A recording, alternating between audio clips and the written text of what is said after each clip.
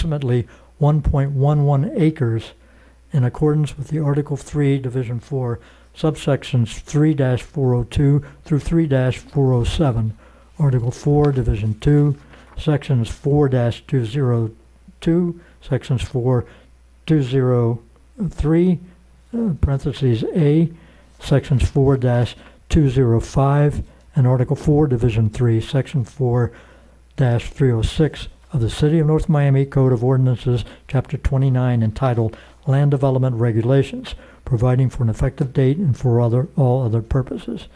At this time, then we'll go ahead and call for commission member disclosures under the city code. Commission members, I can ask each one of you, or anyone else wants to go ahead and Ms. Bloomer, do you have any conflict of interest with this item? No, I do not. Thank you. Mr. McDermott? No. None. Mr. Bobe?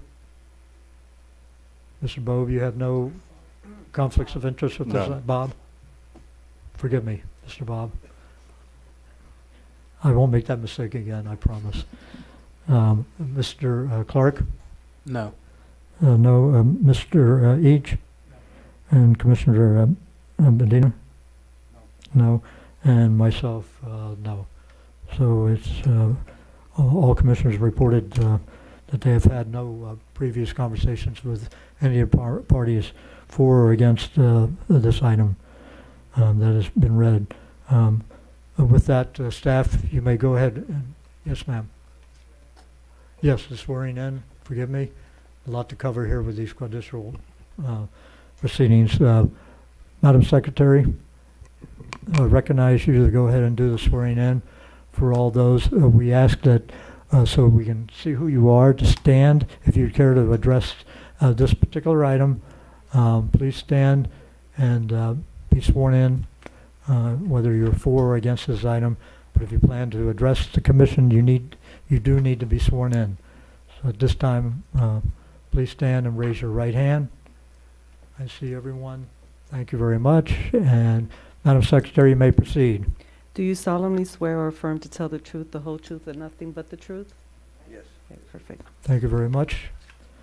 Moving along, now staff, forgive me for overlooking that. You may go ahead and make your presentation.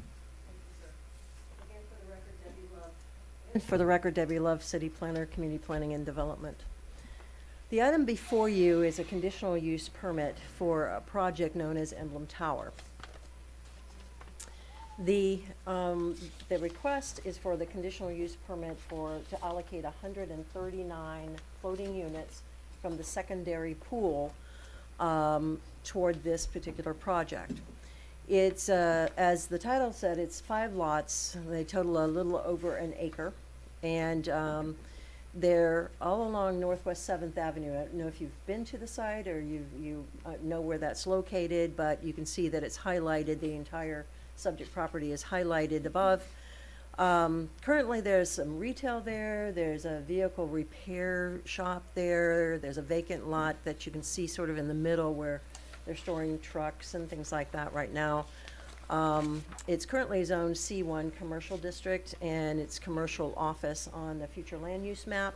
Under that particular designation, while they can do a wide-ranging uses of different kind of commercial and office uses, the maximum height is 55 feet, and there are no residential uses along there. However, it's also within what's called the Northwest, it's actually State Road 7, Northwest 7th Avenue Planned Corridor Development District.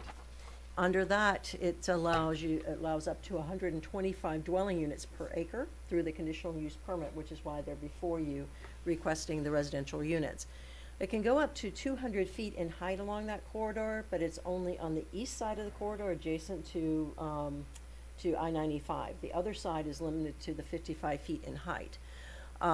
So with that, the project proposal, and the applicant is here, and they are going to give you a more detailed presentation about their project.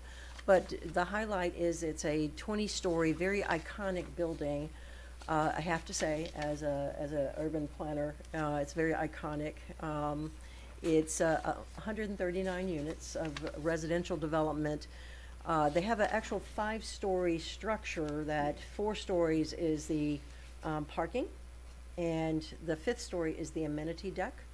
They have a little under 10,000 square feet of retail and office uses that they wish to incorporate into that project design.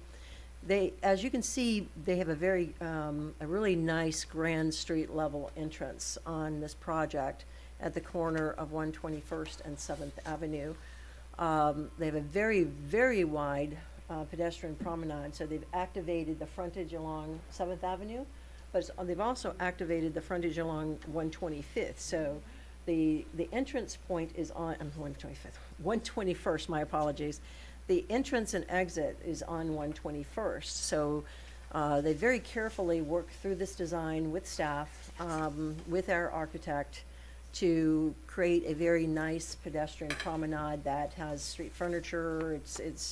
It's an activated public realm, which is really what we look for in all of these developments, is space for public to come and enjoy. They do have, at that corner, they're anticipating their public art to actually be a sculpture incorporated with a water feature, versus a simple mural on the building or something along those lines. Ultimately, that will be down the road, where they will work with our Arts and Public Places program to make that final determination.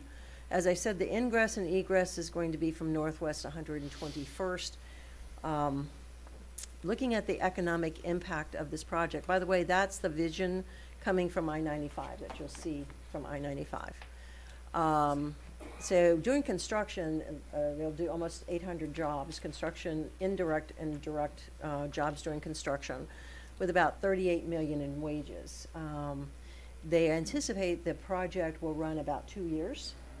After that, they'll have about 47 full-time employees at that location, with 1.78 million in wages. The ad valorem from this is $386,000 a year. Impact and development fees are just under $900,000 that they will be paying to the city. They'll be paying much more, but some of that goes to the county, but the city's portion is this. So we do have some conditions, as we do, staff puts on all of our conditional use permits, and then of course you all can make additional recommendations to council if you so choose. They definitely have to go to DRC and then come back to city council, though, as you know, those are our standard condition.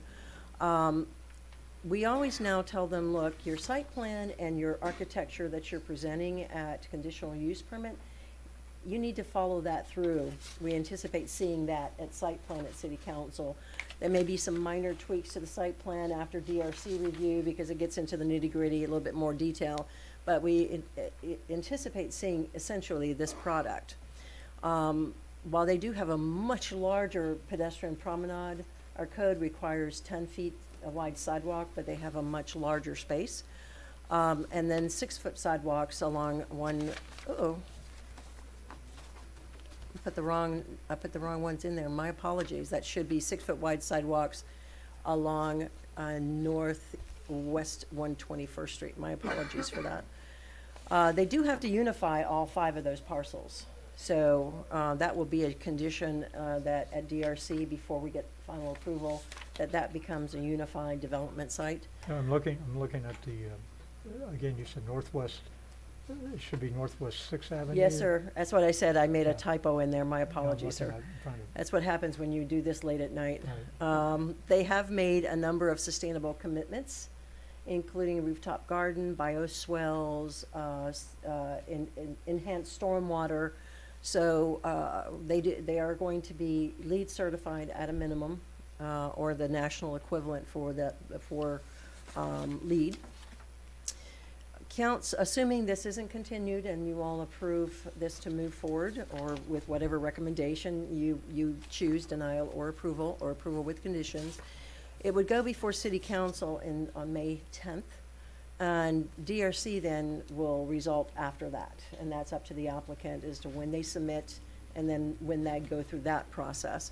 And then they'll come back to city council for final site plan approval. So the public will see this, after city council one more time for site plan approval, and you'll see the final architecture and the final site plan. With that, that is the end of my presentation. As you can tell, the applicant is here with a mighty hefty presentation that they would like to share with you, unless, Mr. Chair, you all have any questions for me at this time. Is there any questions to staff at this time, just on what she has presented, before we move on to the applicant's presentation? If not, we'll go ahead and move on to the presentation. Good evening, sir. May I have your name and address for the record and the firm you're representing? Yes. Oh, we're resetting. Give us a moment to reset for the television feed. Good. All right. Okay.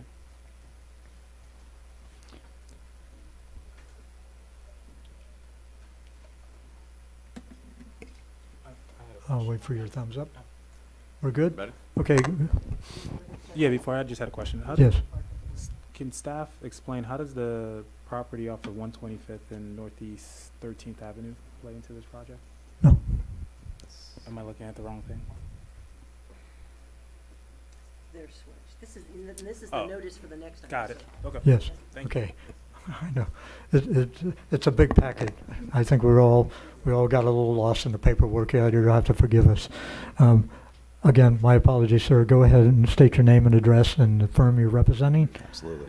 Good evening, Mr. Chair, Commissioners. Steve Warnick, address of 320 Miracle Mile, Suite 203, Coral Gables, from Warnick & Co. I'm the attorney for item 2 on your agenda, Emblem Tower. This is a conditional use permit.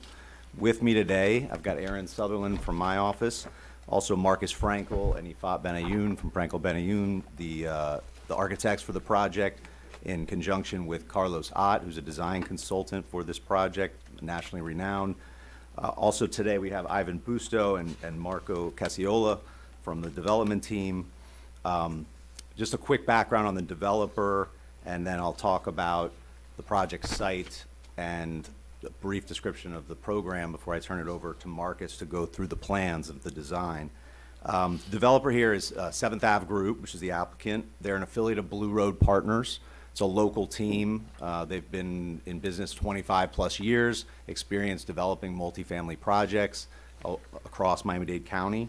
And they're owners of the property. It's not under contract. They're committed to reinvestment in the 7th Avenue corridor, which has not really seen any redevelopment, especially adjacent to I-95. If you could go to the next slide. The site, as you can see, and you saw in the aerial before, is heavy commercial industrial. There's some big trucks out there. It's noisy. It's right next to I-95, and that's kind of how it's been. It's not activated. You don't see pedestrians walking on the street, but it is an active commercial corridor, as you know. And so the goal here is to bring in a project that is following the lead of the PCD overlay, and we'll hear more about the presentation. It's 1.1 acres, and the project itself, if you go to the next slide, is going through the CUP application process. So as Ms. Love said, we've got, we're going through this presentation, of course, and having your feedback and approval process, going to the City Council. It then goes to Development Review Committee and back to Council, all before, obtaining a building permit. And the standards that are in place are very rigorous here. So what we've worked very closely with staff. We've responded to comments. There's and I'll talk about it at the very end when we conclude how we comply with the 11 criteria of the conditional use permit process, and excited to bring this project on also. I think this will be a project that the city and its residents and its businesses can be proud of, and that's our hope. So with that, you've already gotten a description of the development program, so I'll bring up Marcus and have him talk through the design, and then I'll come back just for a couple minutes at the end to conclude. Thank you, Thank you, Steve. sir. Your name and address Yes. for the record. Marcus Frankel, architect of Frankel Benayoun Architects. I'm also with my partner, Ifat Benayoun Fishman. She's with me today, happily. And we've been practicing together since the year 2000, actually before that. 1992, but who's counting, you know? And we're still friends and happy to work together, and we love the practice of architecture and planning. We're very encouraged over this project, and we would like to express gratitude to the owners for their commitment to this project. As Steve mentioned, they're really committed to transforming an important section of this 7th Avenue corridor, and I think it's also known as District 4. When you speak about the council, it's District 4. And it's an incredibly important project, very unique. It's a true collaborative effort, as Steve mentioned, between our firm and the design firm of Carlos Ott, and as well as our team consultants. And we even got some good assistance from your planners, Debbie Love and Derek Cook.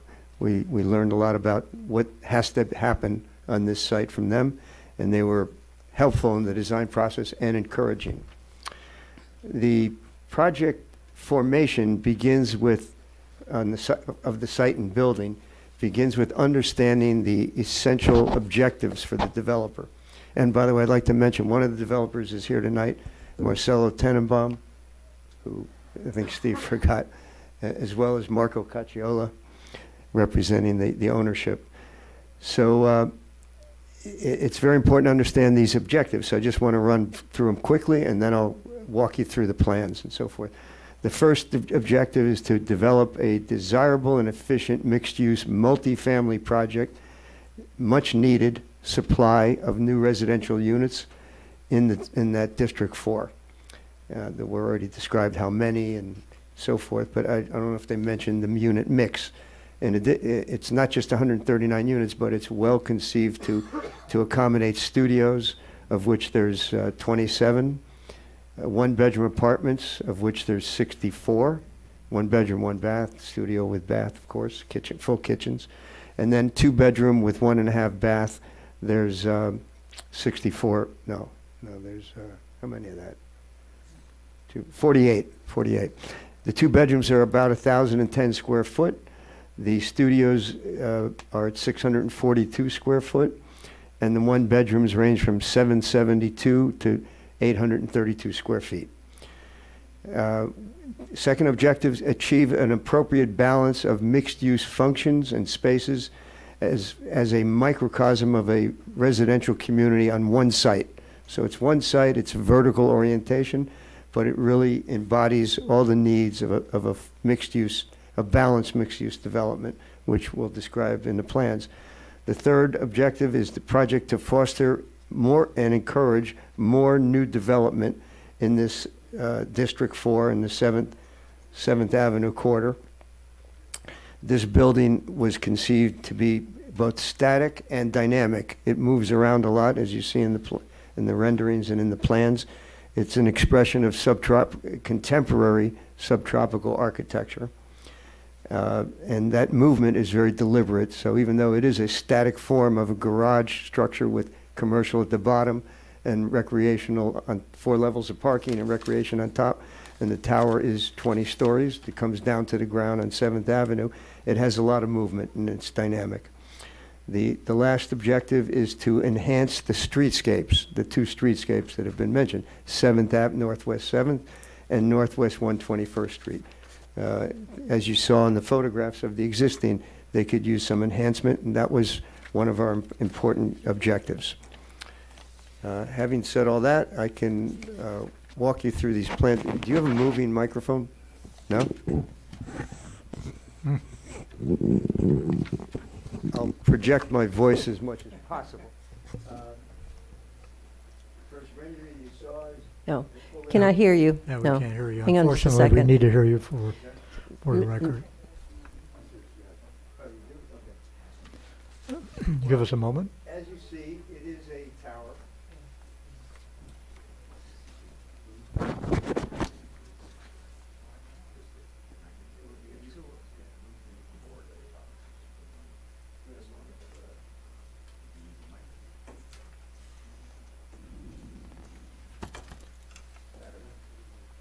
Yeah, if you could do that, that will help. Just, focus on one illustration at a time, and No? then use your mic. Okay.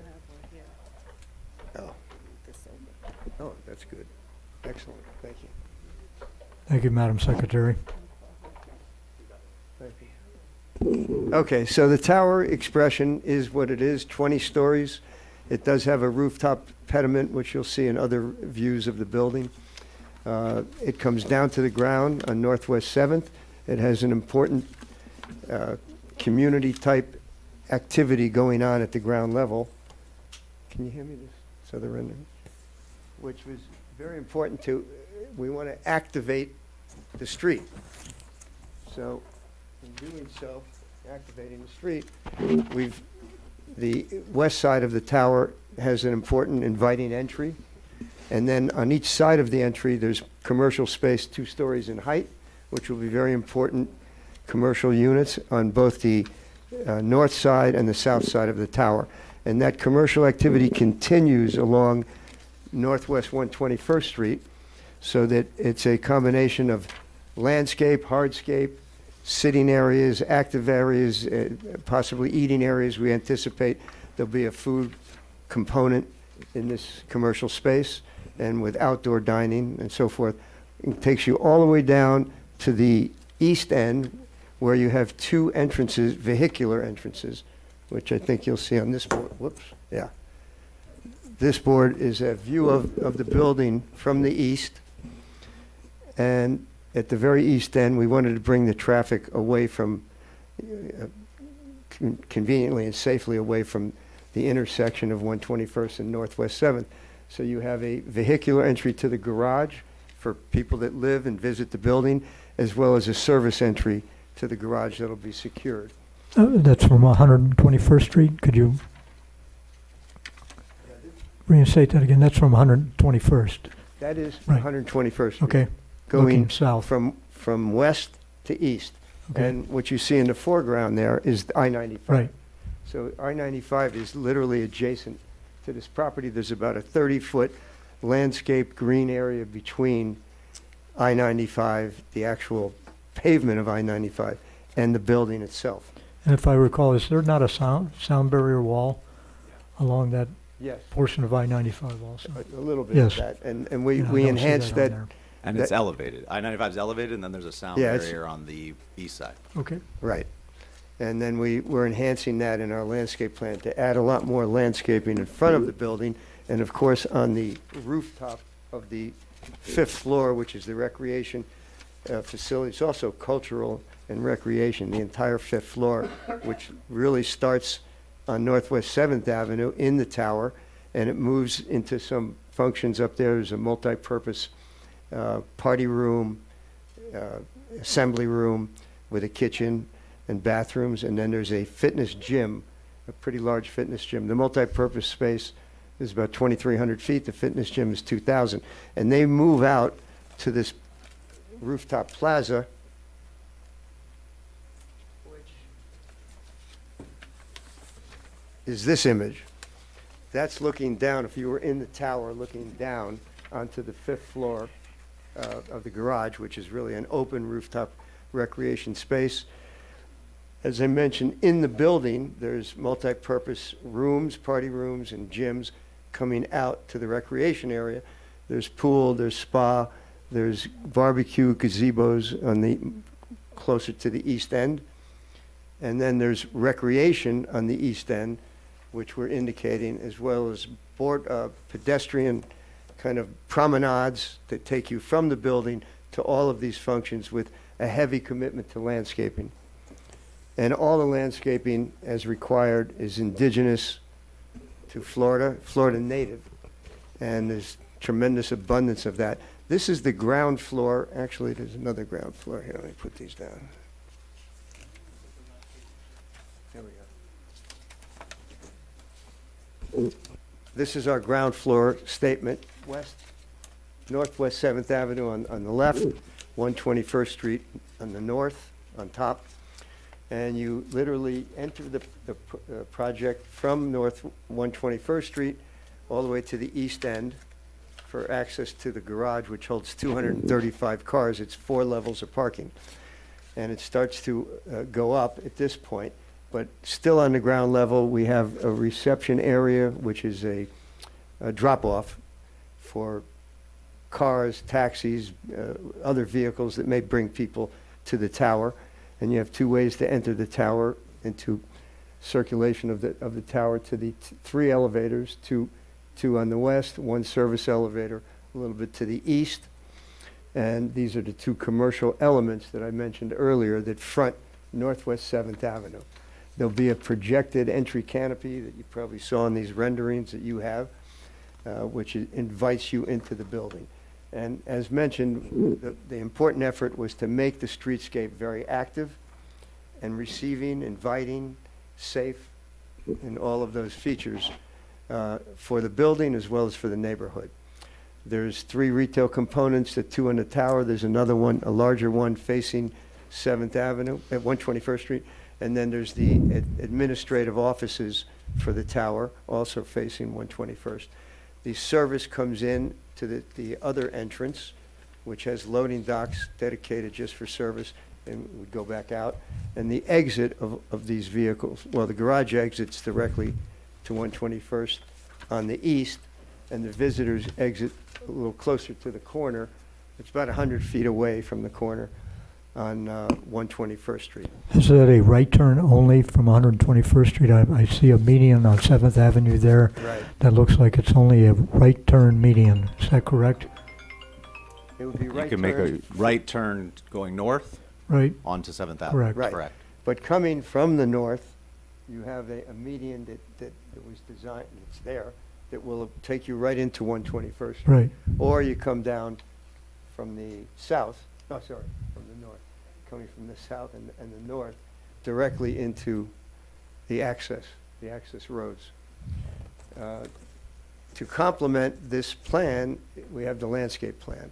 So I think you have these in your packages, but it's a huge commitment to native landscape. There's street trees, there's 21 total street trees shown there. There's plus another 9 palms on the street. And then there, in addition to the street elements, there's many other trees and palms again, activating this space and quieting it, making it quiet and attractive. You know, that's the commitment to the ground floor. We have even a more intense commitment, or equally intense, on the 5th floor. The next level that we want to explain here is in the garage itself, starting at level 3, because the tower has levels, the commercial level facing northwest 7th Avenue is 2 stories in height. So the 3rd floor, you came up through the garage. Each level of parking holds about 91 spaces, by the way. The 1st floor holds less because we have so many functions, but then the next 3 are about 91, a total of 235. We have some apartments on the 3rd level, 6 of them, as well as on the 4th level. So it's the same plan as you see here. And these apartments show the variation of unit types. You have 1 bedrooms, 2 bedrooms, studios in the front, and another 1 bedroom in the back. So there's 2 levels like this with 6 units on each level. And let's see what else we have here. Here's the 5th level, which is a very important level. It is the cultural and recreational level. The multi-function spaces are in the tower, facing north and facing west. You have the multi-purpose room with a kitchen, large bathrooms, open air circulation that comes through the building, and then a fitness gym of about 2,000 feet with various equipment functions. And all of that takes you out to this promenade on the 5th floor, which has the recreation elements and a lot of landscape. It was important to have this amount of landscaping to reduce heat gain to the building and to absorb water and things of that nature, which are important. And you can use every bit of this for seating, dining, around the pool, chaise lounges, some gazebo trellis type canopies, and then a prominent barbecue area, 4 of them, each with individual barbecues and seating, tables and chairs and to accommodate this big building and their visitors. And then the recreation on the eastern end, we're indicating functions like a playground for the kids, and which is, this recreation area is about 6,500 square feet. And then an outdoor recreation equipment. So like you have the indoor gym and you have the outdoor. And then we indicated a bocce ball court or some other type of court function that could happen there. The planters along the east and the north are very heavy, and they will help screen the noise of I-95 and keep this a little more calm and peaceful and connecting to nature on this 5th level. Then the typical upper floors, there they are. Just need one of them, really. Yeah. Okay, well, to create the diversity of the building that you saw, let's put this one back up. Sorry. To create that visual diversity and dynamic movement of the tower, even though it's a very static, tall form, we have 6 different trays of units, and they alternate. For example, this first tray, it has 8 units, or is it 9? I think it's 9. 1, 2, 3, 4, 5, 6, 7, 8, 9. That occurs on levels 6, 9, and 12. Then there's another tray, which is similar, but changing all the forms of the balconies, which give that dynamic movement of the building. And that occurs on levels 7 and 11. There's another tray that's slightly a little different with the balcony shapes and the units that occur on levels 8 and 11 also. And then there's one more, what was that last one? Okay. It's a very similar attitude, but these trays of units, this one, which these now have 8 units on each floor, occur at 13 and 17, 14, 16, 17, 15, 18, and 20. So the location of units and the location and shapes of the balconies are moving to create this dynamic image of the building that goes from level 3, all the way to the rooftop. And I think that's pretty much. Anything else we need to say there? Thank you, Marcus. There's a section here.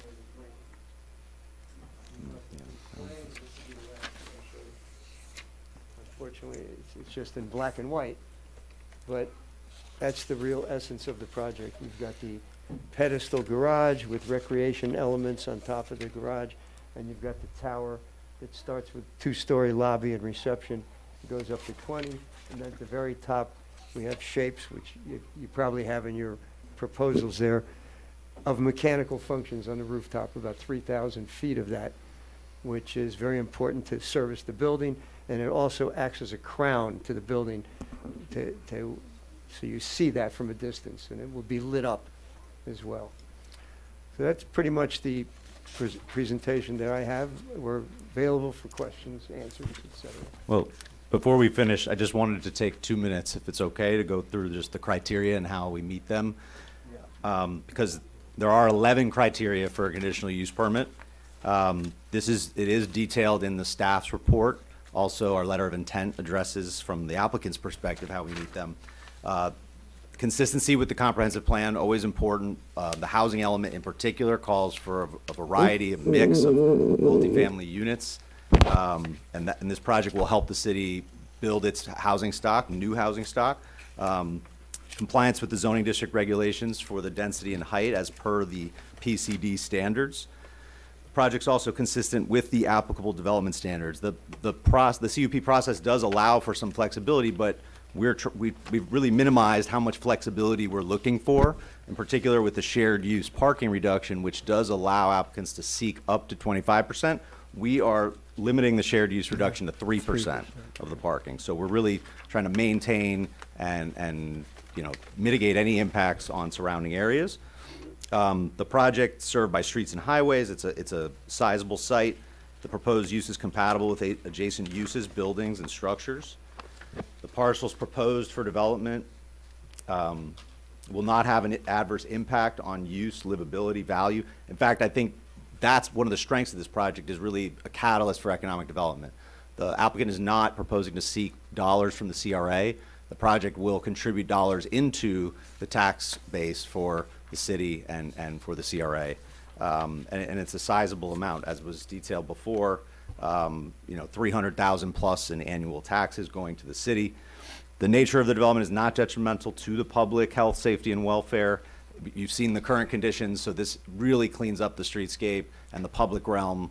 There's, liners with neighborhood-oriented retail, food and beverage uses that can be assets for the residents in the building, but also existing residents in the neighborhood. And then the design creates form and function, enhancing the community character. Flexibility in regards to the development standards is justified by the benefits. Again, very minimal flexibility is being sought and meaningful benefits to the community.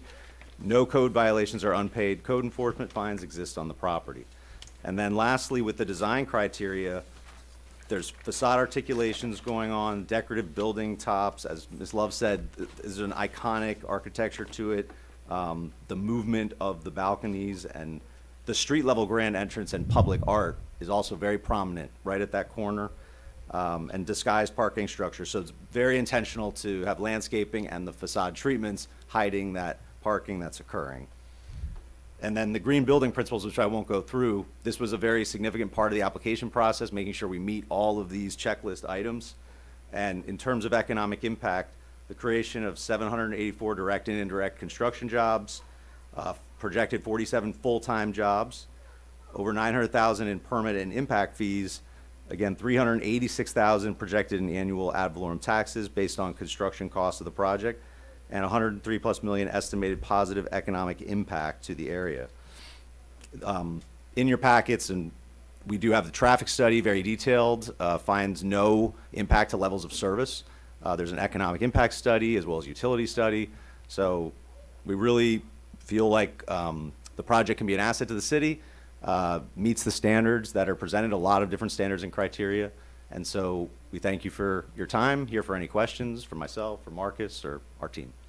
Just in your presentation, you noted LEED certification.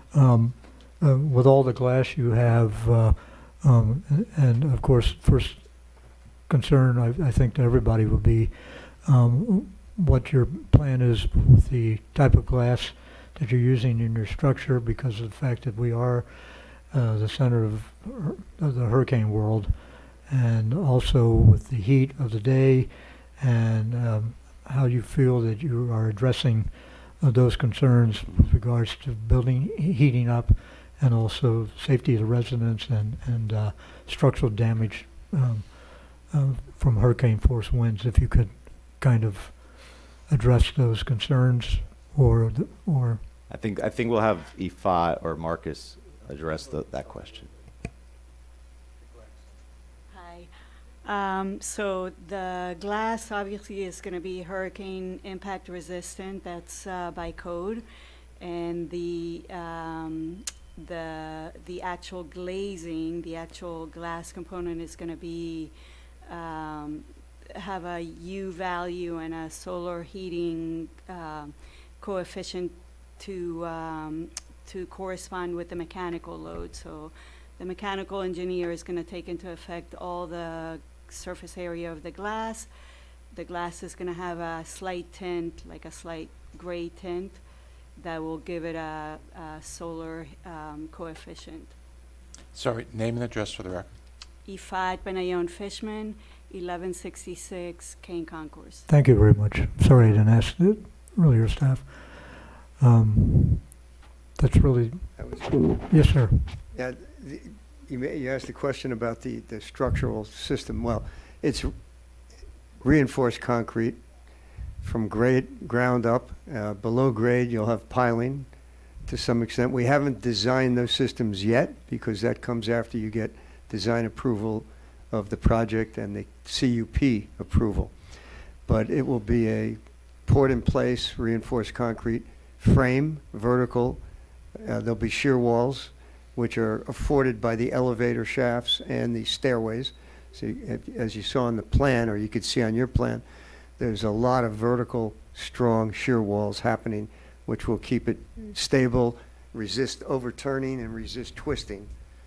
And then the slabs themselves, 20 of them, will be tying all that structure together, and that will also be poured-in-place concrete. It could possibly have some precast framing, but the beams and columns will be poured in place. You have no underground structures, so to speak, No. subterranean. No subterranean at all. at all. Only the foundations. All right. Okay. And your middle portion, what are your plans I'm on sorry? your tower with the middle portion of the structure as regards to where you have your garage circling around? You don't have any of that on the living portion. No. The garage is, right. right. The garage is totally independent structure. Mhm. It's about 300 feet long, more or less. Maybe a little less than that, 250 by about 120 wide. And it's an independent structure. There'll be a pretty significant expansion joint between the tower and the garage where they meet. All right. But you can go from the garage floors directly into the tower, into the elevator banks of the tower and into the circulation of the tower, Right. but only on the first 4 floors, actually 5 floors, including that recreation rooftop. Each structure is independent as far as load is concerned of the structure. In other words, each is adapted to handle their own amount of Yeah, load. dead load and live load for Right. each way, and they'll be very different. The garage will be quite different than the tower, but you sound like an engineer. Is that your Just- background? have been around this a long time. Very good. And I think we all learned a lot from recent Very good questions. recent happenings with a building collapse. Of course, And, you know, yeah. we certainly want to Yeah. make sure that developers are aware of that and that we are aware of those situations. And, Well, that's- you know, I'm glad you have addressed that. Yeah, and that's one of the reasons we stayed away from any subterranean work here, Right. keeping it high and dry. That's the most important thing for preserving concrete structures is keeping them dry, maintaining them, and drainage, of course. You'll get water flowing into certain portions of the garage, but they'll be very well drained, and there'll probably be, again, this hasn't been designed yet, but there'll be drainage pumping systems probably into a deep well. Mm. Okay? Thank you very much. Any other questions from any of the other commissioners? Chair recognizes Mr. Blair. Thank you so very much for the intensive presentation. It's a beautiful building. This would be the first development in District 4 I don't even want to say in a long time. I would just say this would be the first. And so one of my first questions to staff, how did we communicate this proposal to the community, and in what language did we do so? Because District 4 is heavily populated with Haitian Americans.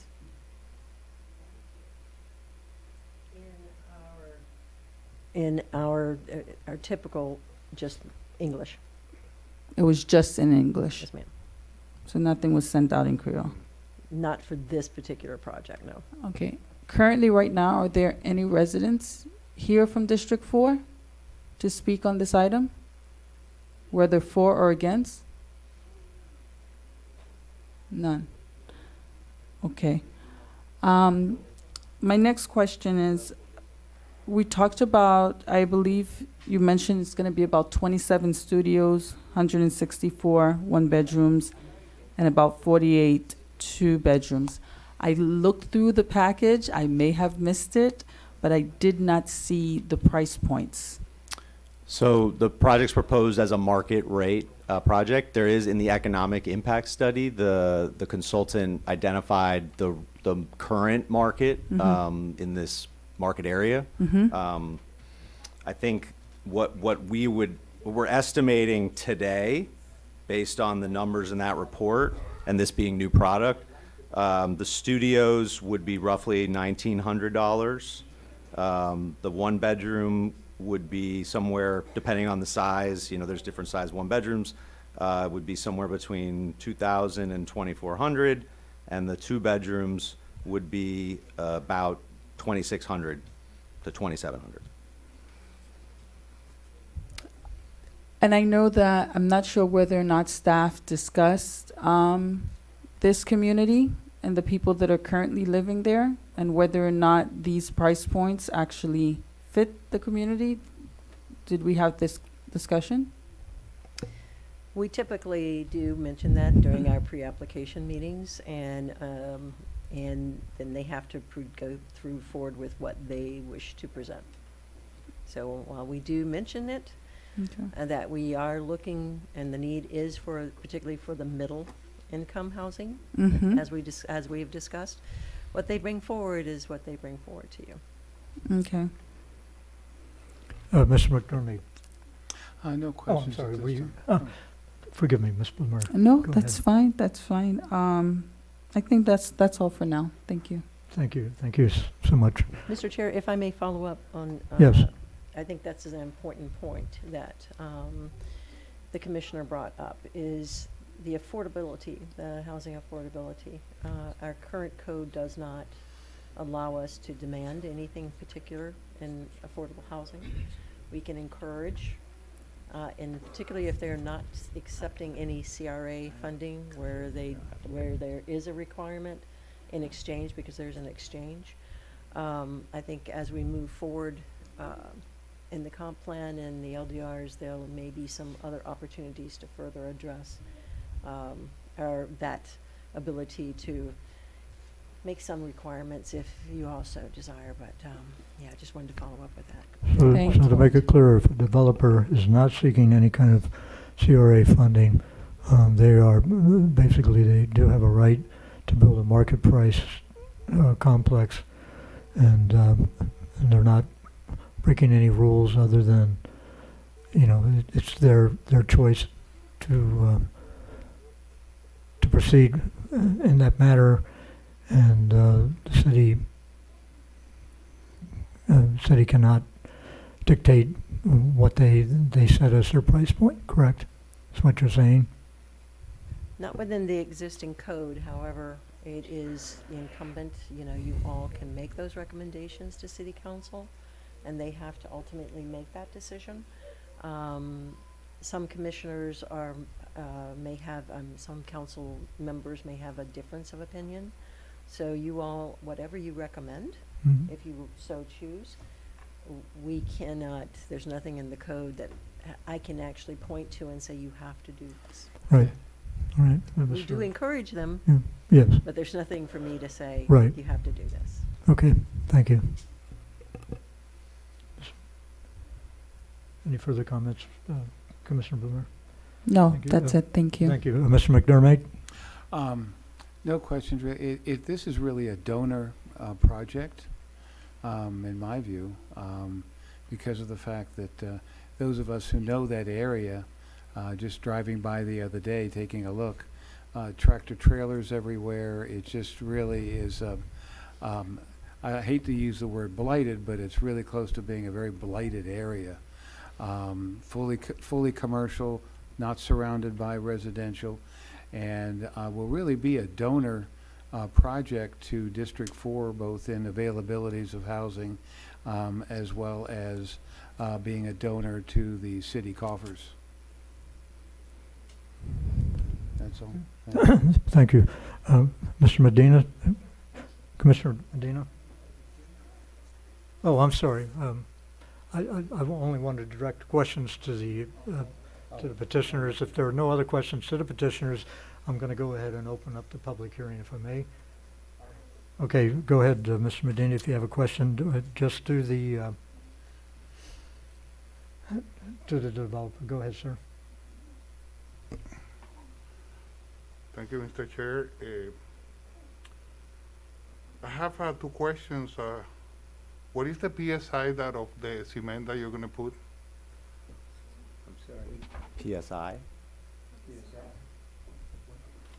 talking Yeah. about the structure? What PSI would it be? Yeah, I mean, do you reckon it's a determinate number? Are you familiar with that? I'm having trouble hearing you through that mask. I'm sorry. Yeah, well, COVID is back. So, yeah, the PSI is 4,000, 5,000, Well, 6,000. again, it'll be at least that, you know, we're not into that phase yet, that once the project's approved, then we get into Okay. design, development, construction documents, all the engineering, et cetera, but it would probably 6,000 or more. Good. So, this is the third time that a project has brought, in which the developer said that there is no impact on the well-being and health of the people that, live around there. And I was wondering, you should be aware or that studies are very conclusive regarding any unit that is under 750 units.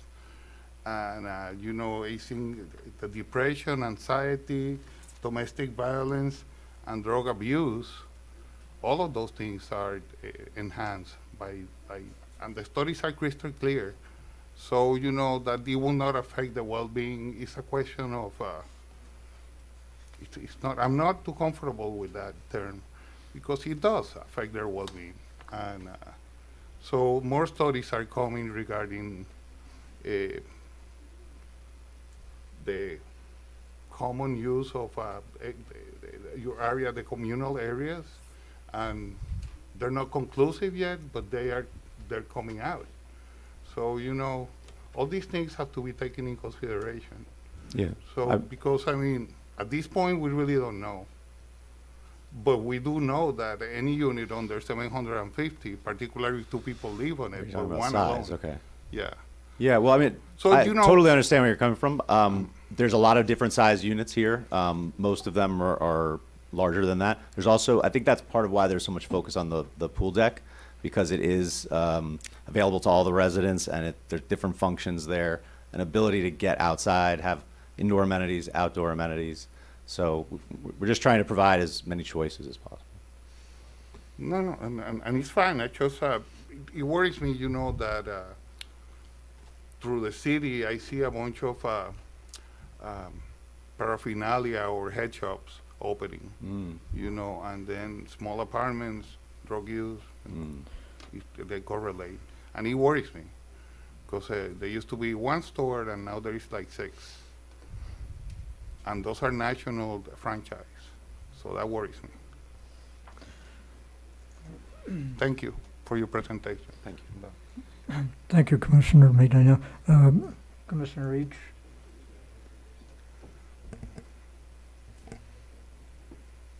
Hundred and 19th to 143rd Street on Northwest 7th Avenue is in dire need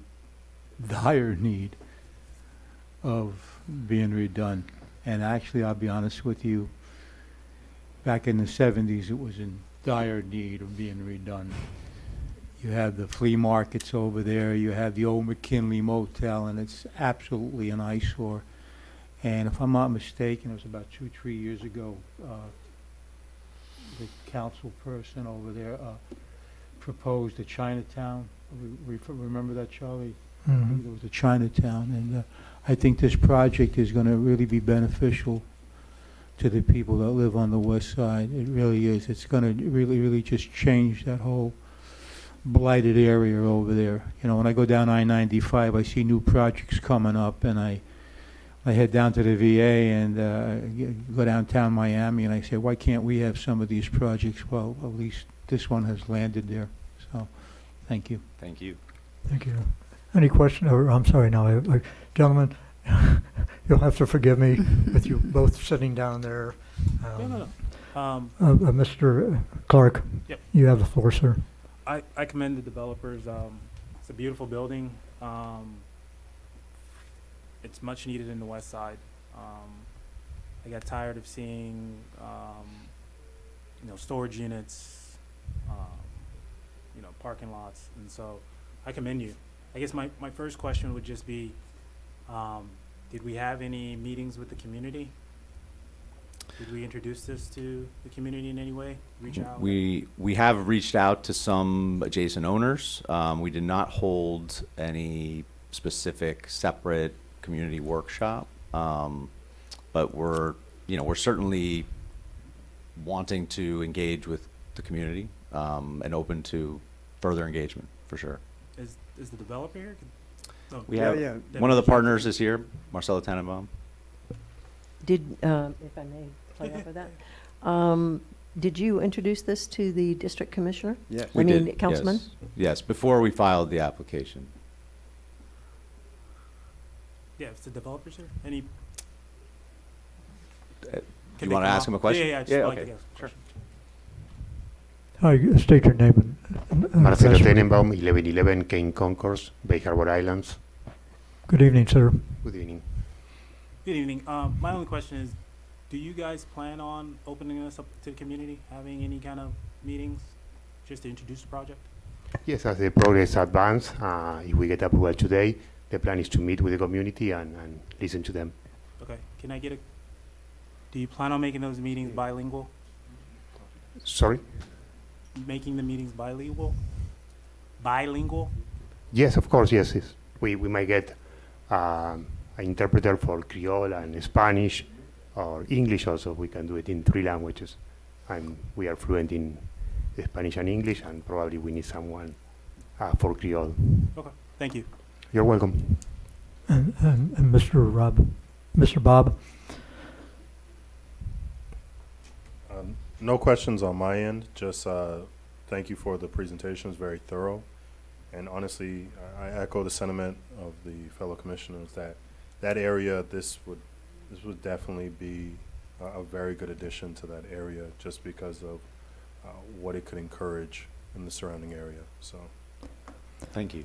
Thank you. At this time, comments are to the petitioners are completed from at this point. We may come back to it after the public hearing. The public hearing on this item is now open. I believe we need to swear in on this item, or are we all done? did. Okay, so both items were sworn in at one time. All right, I wanted to make sure we No, were. just the first item. First- This item was sworn in, the next item will have to be sworn in when it's. Right, called. right. Okay. It's been a long night so far. Forgive me. Okay, so at this point, I'm opening up the public hearing. Anyone wishing to address this, either for or against, please step forward. Each member of the audience who wishes to speak on this will have 2 minutes. Floor is now open. I see none and hear none. The public hearing is now closed. Public hearing section is closed. Again, we'll entertain any other discussion among the Planning Commission. If anyone has any additional comments, if not, then I'll be glad to entertain a motion. Make a motion, we approve the project. So Okay, I have a, each? I'm sorry.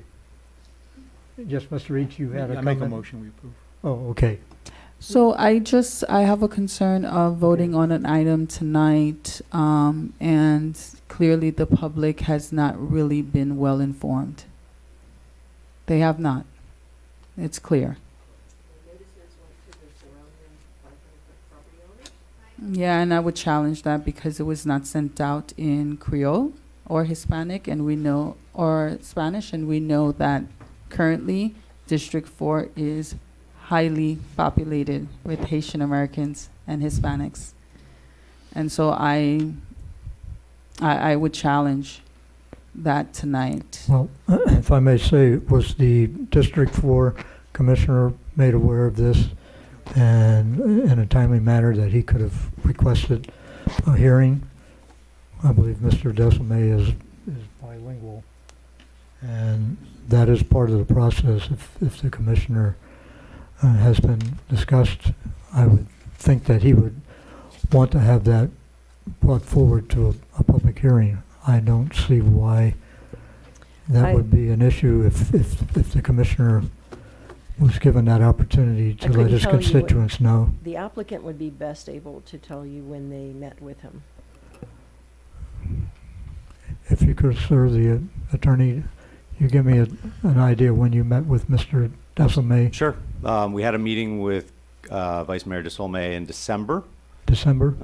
I also spoke with him very briefly just to let him know when the item was coming to commission once we found out last month.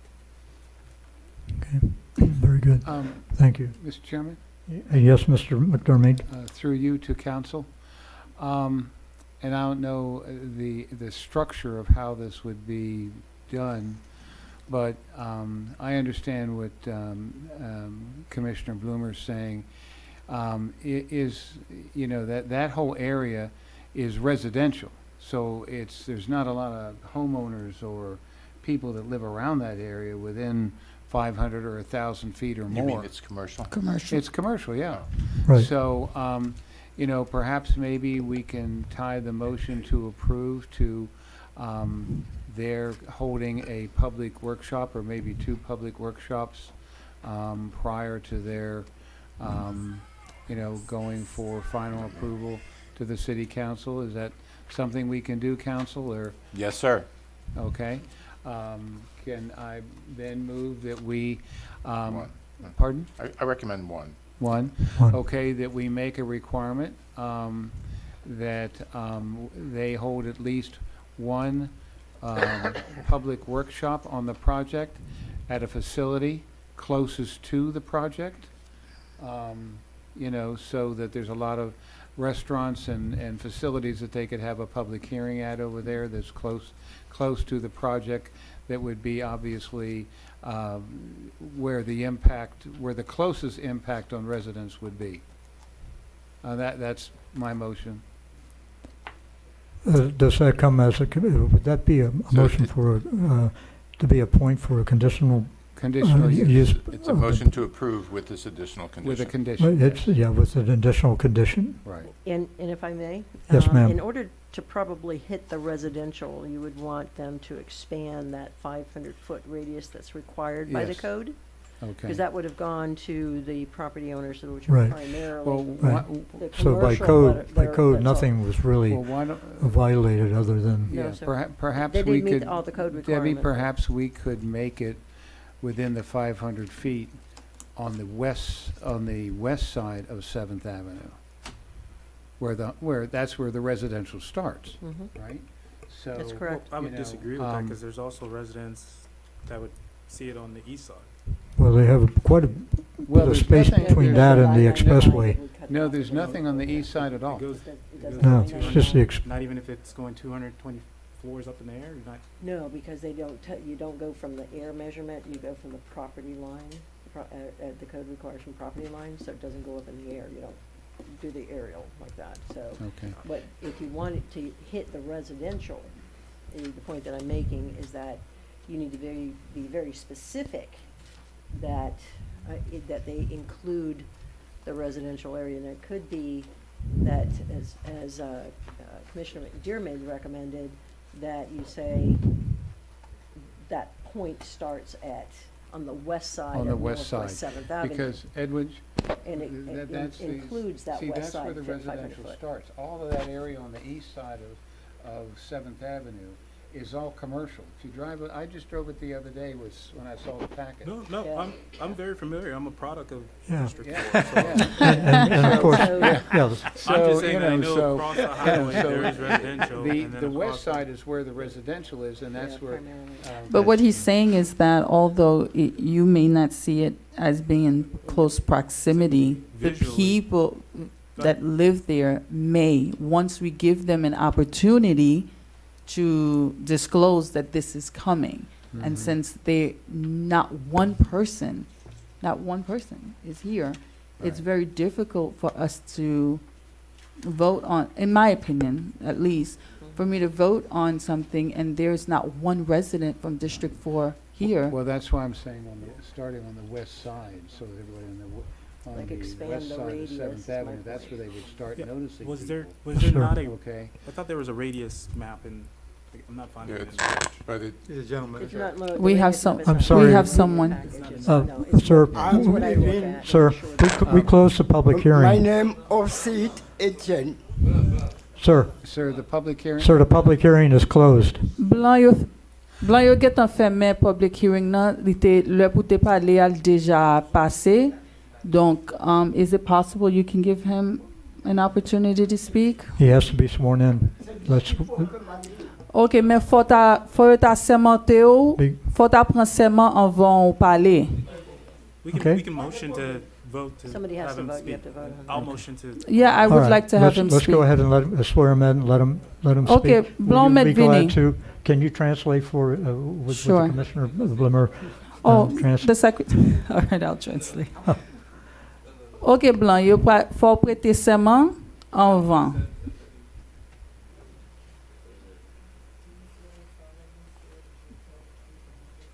Est-ce que c'est menté pour dire toute vérité et vérité seulement? Oui, m'sa monté pour me dire toute vérité, non menti. Ok. Et pour mettre pas les créoles, m'a essayé. Non, mettre pas les créoles, Blanc. Parlez. Name and could you Moi address. ask him j'ai his name? 22 ans depuis m'habiter dans 124 et notre Miami. I have 22 years since I've been living at 124th. Blanc, by nous tout adresse ou. What's the Ouais.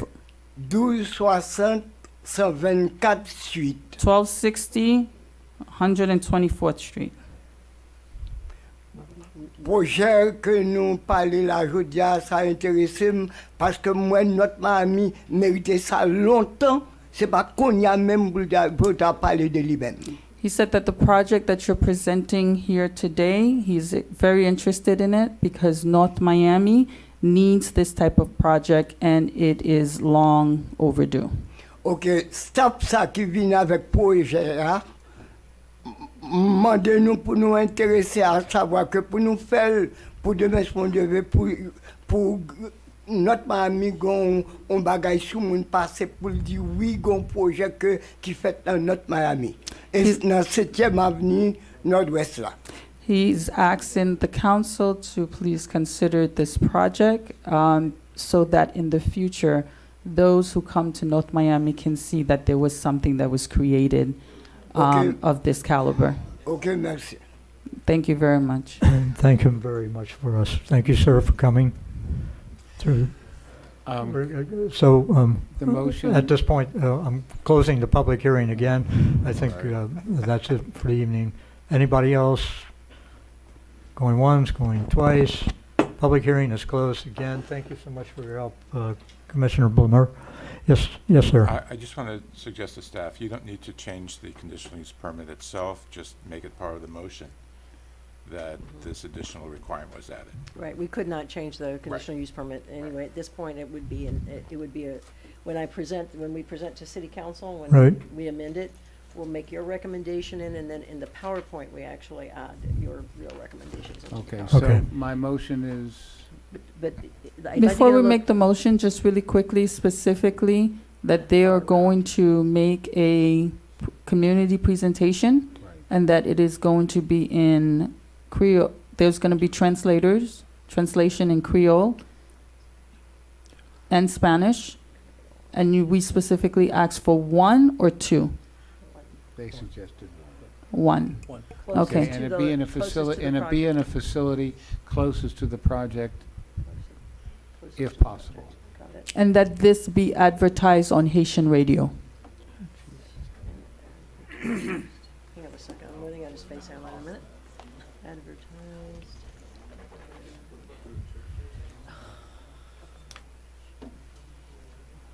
Video. Can we just confirm that the applicant's rep understands and accepts? Yes. Right. Yeah, I don't know exactly what that entails, but we don't have any objection to it. Well, quick, Like really. how we would go about doing that, but we will explore it and I'm as sure long you as can it's- speak to staff and they'll give you directives on how to advertise on Haitian radio, and staff can connect with the other staff to find out how to do it on Hispanic radio to ensure that those that are living within District 4 are completely aware of this project and that they come to the community event. And so that when we do finally make a decision, no one is to say that they were unaware. But just to clarify, if we were filing rezoning, we would not have to advertise on radio, right? That would require multiple public hearings, changing the map.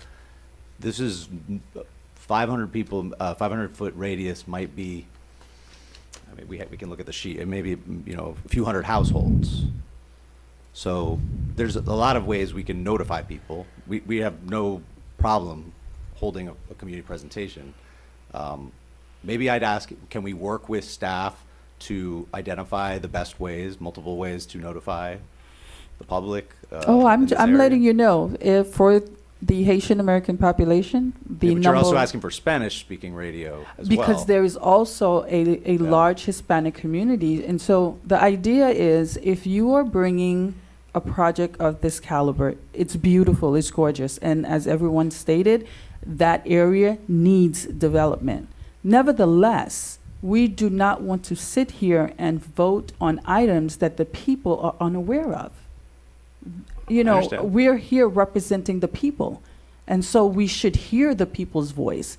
And you had a gentleman tonight who was in favor, and he is one individual. We want to ensure that we give the entire community the opportunity to hear from you, to ask their questions, so that when we come back here again, we have something to work with. Right now, we know what you would like to present, and we are in unison saying this is great. But what is the community saying? What will they say? We want to know their feedback. Yeah, and that's what I think encompasses my motion you're trying to. Well, Okay, Just so, to okay. clarify, this is not to come back to this commission. This Thank is you. between Right. this vote and city council. Correct. Right. And so to go back to Commissioner Clark's comment about the typical 500-foot radius goes from property line to property line. It sounds like we need to hit the residents, they need to actually expand beyond that 500-foot Yeah, radius. and that's why Yes. I mentioned starting on the west Right. side, Debbie. That's why I mentioned starting on the west side. So make it from the west side, The point west side of 7th 7th Avenue. Avenue. Okay. well, So that way you're going to hit the residences. And then we probably need to expand it. if we're yeah, gonna well, do not that even way. that. Well, here's, I found what I was looking at, and Okay. I was looking at the, I guess, the radius for the buses. Yeah. And so I am okay with the half-mile radius of the project, Yeah. which is, it doesn't have a Much page. bigger than the 500-foot. Yeah, it's Exhibit 4, and it looks like this. To go a half-mile notice. Right. Yeah, and it encompasses both sides of the highway. Yeah, you see what I'm saying?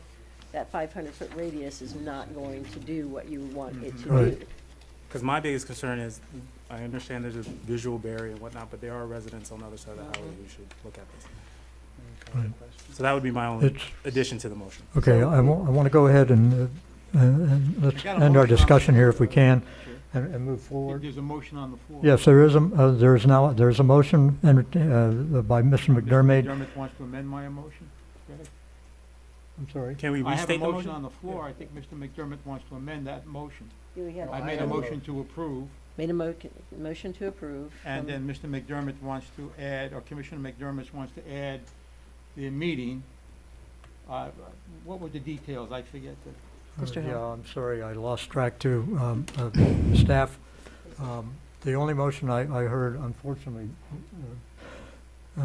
Commissioner Each, was Mike McDermott's. I- Yeah, yeah, it was a motion to approve, contingent on, or not contingent, but to include, to make a request to developer to do one meeting with residents for, and I'm requesting that it be for a half-mile radius. Right. I And don't then believe my there fellow was actually commissioner a requested second at this point. Yeah, hold on, thought but- you might. But there was a request to have Yeah. the method of communicating that be Right. included as well. Okay, so does somebody want to second the I'll motion? second it, yeah.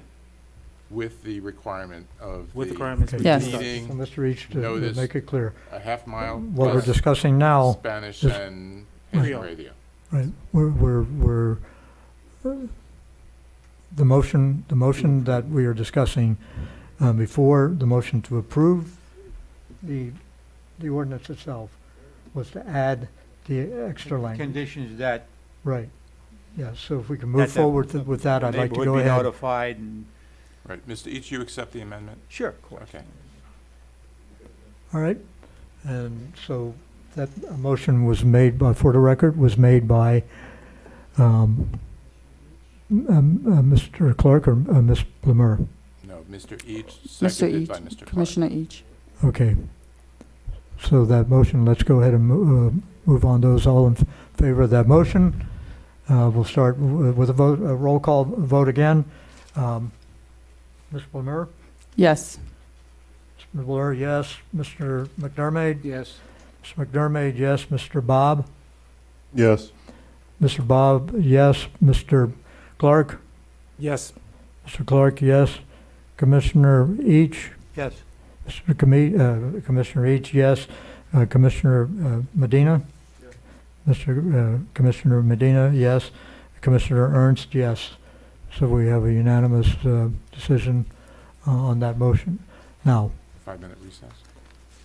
yeah, so now the motion has been to approve this ordinance to be forwarded to the city council. And I guess their next meeting, which is when, next week, or when is that scheduled to? Your mic's off. May?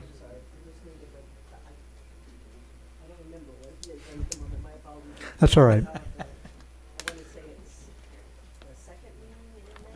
All right. And at this point, I'd like to thank you for your presentation, sir, and good luck as your plans move forward. And also to those people that spoke on that issue, we appreciate your coming forward. Thank you for your All support. right, at this point, we're going to have a 5 to 10 minute recess before we move on to the last item of the night. The commission is in recess.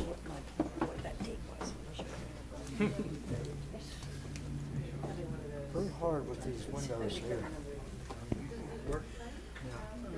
Very difficult indeed.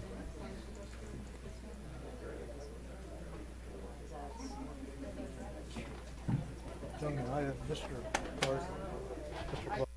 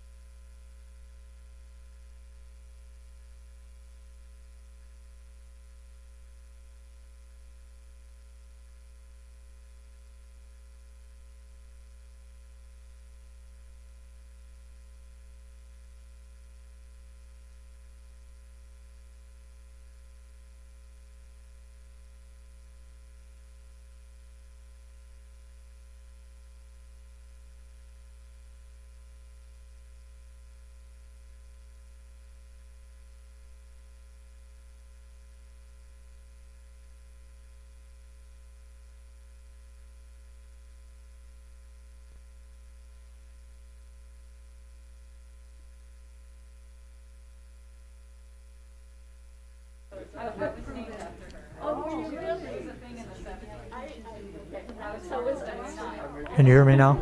Okay. Everyone, this is our 2-minute warning here. I'd like to get underway in about 2 minutes. Anyone out in the hallway that can hear me? We will start in 2 minutes. Okay, okay.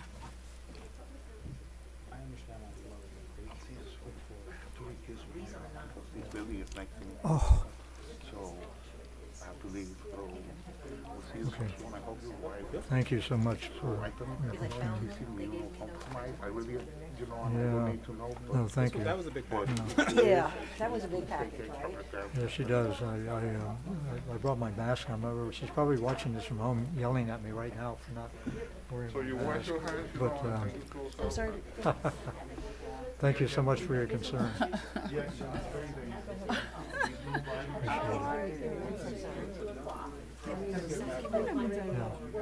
Oh, I know. We've had.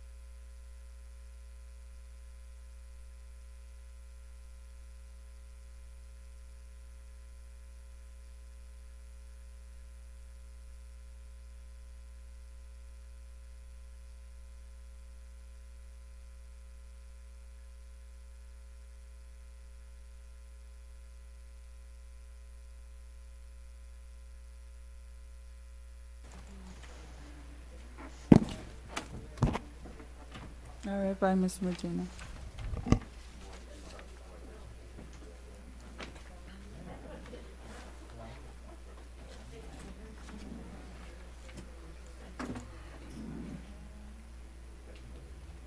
That shouldn't be on there at all.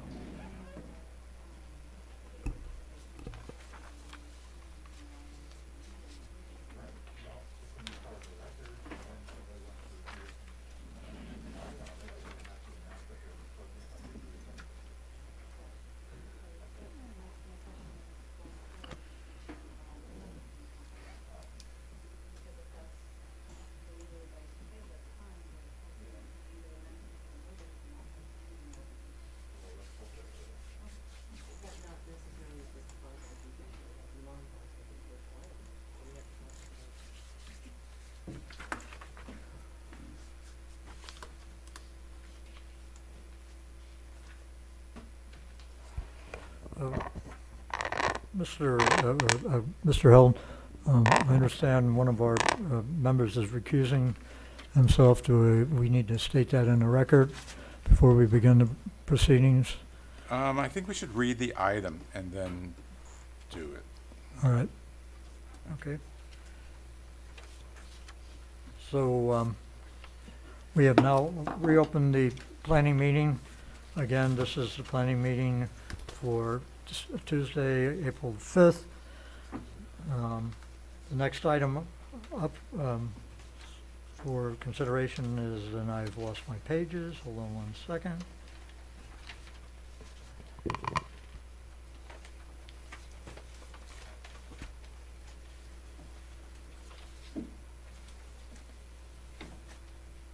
This will be a PC 1737, a resolution of the mayor and the city council of the city of North Miami, Florida, approving an application for a conditional use permit in substantially the attached form for a proposed mixed-use development consisting of a 12-story, 218-unit residential building with a 3-story parking garage with 293 parking spaces and an amenity deck, 2,300 square feet of ground-level retail space, and 1,500 square feet of official office space on 3 parcels of real property located at 12450 Northeast 13th Avenue, folio number 062229-000-0330. 123rd, the next address is 12304 Northeast 13th Avenue, folio number 062229-000-0150, and a vacant parcel directly south of Northeast 13th Avenue with folio number 06-2229-015-0210 and totaling approximately 1.46 acres in accordance with Article 3, Division 4, Sections 3-402 through 3-407, Article 4, Division 2, Sections 4-202, Sections 4-203, parentheses A, and Sections 4-205, and Article 4, Division 3 of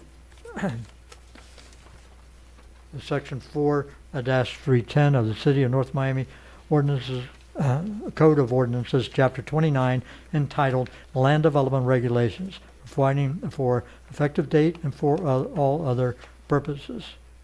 At this time, I'll ask council to have Madam Secretary, if you could, and also council, if we have a recuse on this matter from one of the members of the commission. Right. Dr. Medina has consulted with me regarding the issue of whether he has a voting conflict on this application. He resides and owns property within 500 feet of the subject application. And Dr. Medina has chosen to recuse himself to avoid any appearance of conflict. For that reason, the proximity of the application, potential impact on his residence. Very good. So with your permission, Mr. Chair, I recuse myself. Thank you, Commissioner Yes, Medina. Thank See you you. next That's fine. And thank you for your earlier input on the other I item. think you should clarify he doesn't, but he's doing it optionally. You didn't clarify he's not. At this point, Chair will ask if we can go ahead and have I Yes. would like clarification.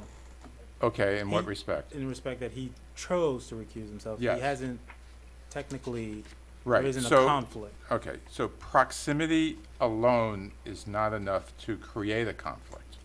There are rules under both the Florida Commission on Ethics and the Miami-Dade County Commission on Ethics to determine whether a conflict exists. It's fairly complicated tests under the Florida Commission on Ethics. These were adopted pursuant to a state statute on voting conflict. There's something called the remote and speculative test and the size of class test. Generally, if your interest is less than 1% of those affected by the surrounding properties, among the surrounding properties, impact caused by the project, you do not have a special interest, or the class is small enough that you do not have a conflict. But, so it was sort of inconclusive as to whether he had a conflict or not. I advised him that technically, the way I saw it, under Florida Commission on Ethics rules, he did not have a conflict, but it arguably could have been argued the other way. Also, under the Miami-Dade Commission on Ethics rules, there's a test whether you're directly affected by the action on the project. And that also wasn't clear. And so because of the uncertainties, Dr. Medina chose to avoid any appearance that there might have been a conflict and recuse himself. Thank you. Thank you, Mr. Held, for that clarification. Staff, you may proceed with your presentation. So thank you. Again, for the record. Oh, I'm sorry. Disclosures? That's right, we do have to swear people in on this item. That's right. Forgive me, staff, again, I have forgotten. Those that wish to speak on this, either for or against, please stand, raise your right hand, and Commission Secretary Ms. Thomas will swear you in. Do you solemnly swear or affirm to tell the truth, the whole truth, and nothing but the truth? I do. Thank you. Thank you, Madam Secretary. Staff, again, my apologies, you may begin. Again, for the record, Debbie Love. Right. Oops, And sorry. were there any disclosures by the commission as to whether you've been contacted or had conversations with anybody? Yes, forgive me, I got applicant caught up in the recusal. or the public about the application? Yes, I did forget that, and I apologize. At this point, Chair calls for anyone to please inform the Commission of whether or not you've had any contact or discussion regarding this that might affect the way you vote, or at least disclose any contact with the petitioners or anyone opposed to this. Ms. Blumer? None. None. Thank you, Mr. McDermott? None. Mr. Bob? None. Mr. Clark? None. Mr. Each? No, sir. And myself, no. Okay. Again, Debbie. Ms. Love, I'll turn it over to you again. Once again, for the record, long evening. Debbie Love, City Planner, Community Planning and Development. Again, this is another conditional use permit before you for a project known as Cyberplace Apartments. On this particular project, this is a little bit larger than the last one. They are requesting 218 floating units from the secondary pool. There are 3 lots involved with this. One sits directly on Northeast 125th. It's the, for those who might remember, it's the former Spotmaster dry cleaning site. Then it's 2 parcels directly south of the Spotmaster site, so it encompasses 3 parcels of land in total. It is about a little less than 1.5 acres in size with all 3 of those parcels. As I said, the first site is no longer occupied, but it was the former Spotmaster site. Behind that is a single-family home. Behind that is a vacant lot. And the 2 properties directly behind the former Spotmaster site is owned M1 Industrial. The parcel facing Northeast 125th is actually C3.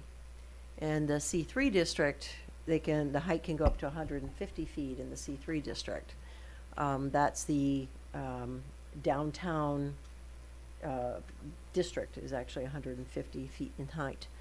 On the M1 parcels, on the typical M1 parcels, the maximum height is 55 feet. However, this neighborhood, because it's directly adjacent to industrial, A few years ago, we actually drafted some specific standards for those properties that are directly, those M1 properties, those industrial properties that are directly adjacent to Northeast 12th Place, including reducing the height down from 55 to 45.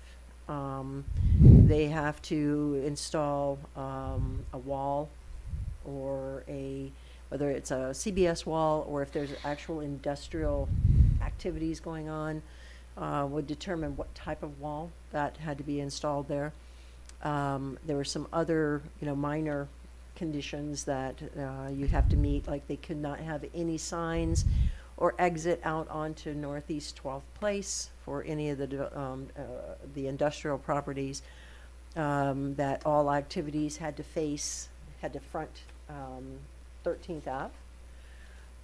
To protect the viability and to protect the single-family nature. That's a small, Northeast 12th Place is fairly small street, fairly narrow, and then the single-family it runs right adjacent to on the other side of 12th Place. So, but it's also located in the North Miami Transit Station Overlay District. In the C3 nor in the M1 can they have any residential uses. Industrial uses are allowed on the M1 properties, and the M1 properties actually run all the way down 13th Avenue, between 12th and 13th Avenue. That's all industrial, going all the way down. And then because they're in the North Miami Transit Station Overlay District, they can qualify through a conditional use permit to get the residential component to it. It can go up to 150 feet, which matches, of course, what is allowed in the downtown already. And I think that should say a maximum of 200 feet in that North Miami Transit Station Overlay District. So essentially, the downtown allows 15 stories, and the North Miami Transit Station Overlay actually allows you to go up to 20 stories in height. So their proposal is a 12-story, 218-unit residential building with an attached 3-story parking garage with 293 parking spaces. And they have a unique parking system that is, I think you may have read about it in your package. The applicant can tell you more about it. It's very unique. It's a semi-automatic self-parking. So they can explain to you one of the things that staff likes about it is the fact that it doesn't require people to constantly go into that garage and travel through. They'll tell you about it. It really does keep down the car traffic and the moving around through the parking garage and looking for your vehicle, looking for a parking space. They are adding retail and office space to this project to the tune of about 3,800 square feet. The Northeast 125th is activated. That's where the retail and office activity is focused. And the entrance point is, entrance and egress meets that special standard I was telling you about where they could not come out onto 12th Place. So everything is focused on Northeast 13th Avenue. So while the frontage is activated for the retail and office, the getting in and out of the property is limited to 13th Avenue. They have on the other thing on that side I'll tell you is in the North Miami Transit Station Overlay District, there are 0 setbacks. So you can put your building right on the property line. However, because of its location, they've limited, at our request and at their initial discussion, to limit that garage that faces, as you can see here, the garage that faces 12th Place is 27 feet high, where the actual industrial says you can do 45 feet, and the transit station overlay says you can do 200 feet. So it's transitioned well, much lower than even the industrial would have allowed. The wall is actually a component of this very interesting parking garage that's fully enclosed. A typical, and they'll explain more to you about this, a typical garage, parking garage is open. And this has to be enclosed for the equipment, to protect the equipment. So it'll make a very nice sound buffer, even more, and it's higher than the actual 8-foot fence that would have been required, 8-foot wall or gate. So this serves as a really nice wall for the property. They've added a transition area that's not required by the code. It's actually what we've requested and what they've assured us that they liked, is to add a transition area there and heavy landscaping on that side of that, adjacent to the garage. They've met with the community and they'll talk to you about the results of their community workshop.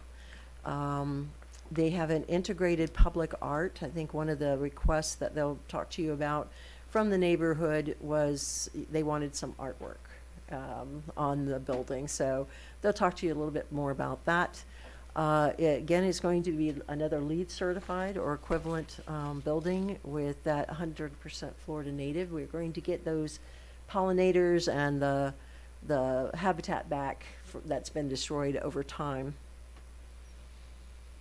So then we start looking at the economic impact, which is important. Everybody recognizes the value that new development brings to this piece of the community is the jobs.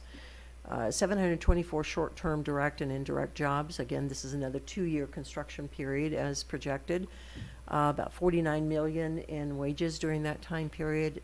After construction, they are proposing to have 24 full-time jobs with about $900,000 a year in wages. The ad valorem for this is a little over $450,000 a year that we'll get from this one. They do have a heavy impact and development fee that they will be paying the city. Again, as I told you before, it's a lot more because because they have to deal with Miami-Dade County. But the city should be getting about $2 million in impact and development fees. And then that last one is my late night typo, so please forgive that. That's not applicable to this project. My goodness gracious, 2 o'clock in the morning and I can't type. So we do have some conditions for this project. As you know, we try to put some standard conditions and then some that are very specific to a particular development. The typical site plan and architectural compliance. However, at DRC, we will continue to work with them to further refine the building design a little bit more. But pretty much, you know, we're going to get into the nitty-gritty as we always talk about what that site plan, what the stormwater, the retention, because they do have to do enhanced stormwater. They do have some sustainability commitments that we ask them to do. And this will be another LEED certified or equivalent building. They will have to unify those parcels. They do have a very nice activated corner that we really appreciate that because it does provide an activated public realm. And I know the architect will talk a little bit more about that in detail. So this is another one. That was the date that you all asked me when it's going to City Council. I couldn't remember. It's May 5th, May 10th. And then, of course, then I'll do a DRC review and then come back to City Council one more time for site plan approval. That is the end of staff's presentation, and I know the applicant is here to make a presentation, and if you have any questions for me, otherwise the applicant will be ready to take, to present to you tonight. Ms. Love, if you can forgive me, I know I probably should know this. Your development review committee is made up of who? That's a very good question, sir. That is made up of planning staff, sustainability staff, zoning staff, our consulting architect, CRA, police, trying to think who else, public works, transportation. So it's pretty much all city staff of the various divisions that review these projects. Do you do this like multiple projects at one time when you have enough, or do you do it as the project comes online and ready to go? Pretty much when they're ready to go, because there's a standing meeting every 2 weeks. If we if we have a project, they'll see it, but that's not quite how DRC works. Right. After the CUP has been approved by city council, Right. they then have to come back with another application with more detailed plans. It goes through a review process. We provide them comments, then they have to provide us responses. Once we get those responses back, then we schedule them for whatever the next DRC committee meeting is. Right, okay, thank you. I never really was aware of the machinations involved with the process. Thank you for, We continue to sharing that. beat them up a little bit more. thank I can you. personally attest to that. So at this point, Ms. Love, you're complete with your presentation. I'll then go ahead and open the floor to the petitioners. Good evening, sir. Please state your name and address, and you can begin your presentation. Absolutely. Thank you, Chairman Pedro Gasson of Holland and Knight, with offices at 701 Brickell Avenue. I'm joined this evening by my colleague, Alessandria St. Romain. I'm also joined by the property owners, representatives of the property owner, Bruce Roden Sr. and his son, Bruce Roden Jr., and by our illustrious architect, Patrick Valent, who is here with us as well. And we're here this evening on behalf of Klaus House LLC with respect to its request for a conditional use permit to develop a mixed-use development consisting of 218 residential units, 2,300 square feet of retail, and 1,500 square feet of office space. Tonight, we're requesting a recommendation of approval, and we have already met with the neighborhood on 2 occasions. We met with them in November, and we met with them again in March. We had discussions with them during the first meeting in November, where the core concern actually had nothing to do with our site, but more to do with, if you look at the property line that's here, further to the south, you probably can't see it very clearly, but you can see that there's a an alley that's between one of the houses near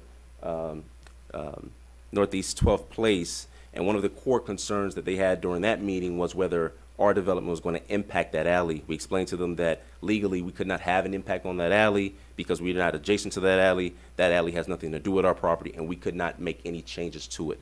The second issue was that there were some concerns regarding the traffic in the area. One of the issues that we brought up to the neighborhood was that one of the ideas for this type of development in this specific area is the fact that we're going to be able to leverage the opportunities with respect to the Bright Line station that's coming in, and the fact that we have at least 5 bus stations in close proximity to the site.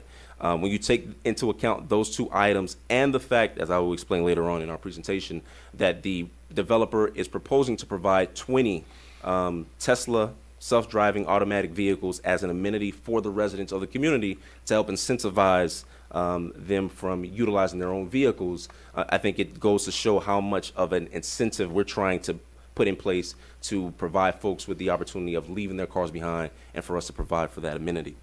There are essentially several things that I want to emphasize. First, I want to thank staff for their diligent review. Ms. Love and her team are always very, very insightful, very diligent, and we thank them for all of the work that they consistently do. We thank them for staff's recommendation of approval. And there are essentially 3 points that I want to emphasize tonight. The first is that this application is necessary to address our rapidly rising population, both in the city and throughout the county. Second is that the location of this property makes it the ideal place for mixed use, given its proximity to transit. And finally, the project will feature unparalleled and innovative amenities. We can go back. I just want to get back to some of these points. Sometimes I ramble on, as you'll see. So one of the aspects with respect to the development is that it's located at the southwest corner of the intersection of Northeast 125th Street and Northeast 13th Avenue. The property is 1.46 acres and is currently zoned, as Ms. Love noted, with a commercial and industrial use. For those of you who have grown up in North Miami and who are familiar with this area, you would have known that Spot Master has been, for lack of a better term, or had been a sore point for this community for a very long time. And one of the things that this redevelopment opportunity and your recommendation of approval would do tonight is present the opportunity for us to eliminate the prospect of there being an industrial use on this property and ensure that there would be a mixed-use residential, office, and retail facility on the site. And given the fact that our population is growing so rapidly throughout this county, it's absolutely necessary that we provide for more residential housing inventory within the city. Next slide, please. So one of the things that's important to remember is that the county's population has been growing by approximately 25,000 people every single year. That's about 2,000 people every single month, and that's about 68 people every single day that's coming into this county or being born into this county or moving into different parts of this county. Every single one of those individuals is going to need a place to live. They're going to need a place to shop. They're going to need a place to work. And as part of our project, we're providing all three aspects of that. We have an office space, we have retail, and we have residential units that we're providing as part of this development.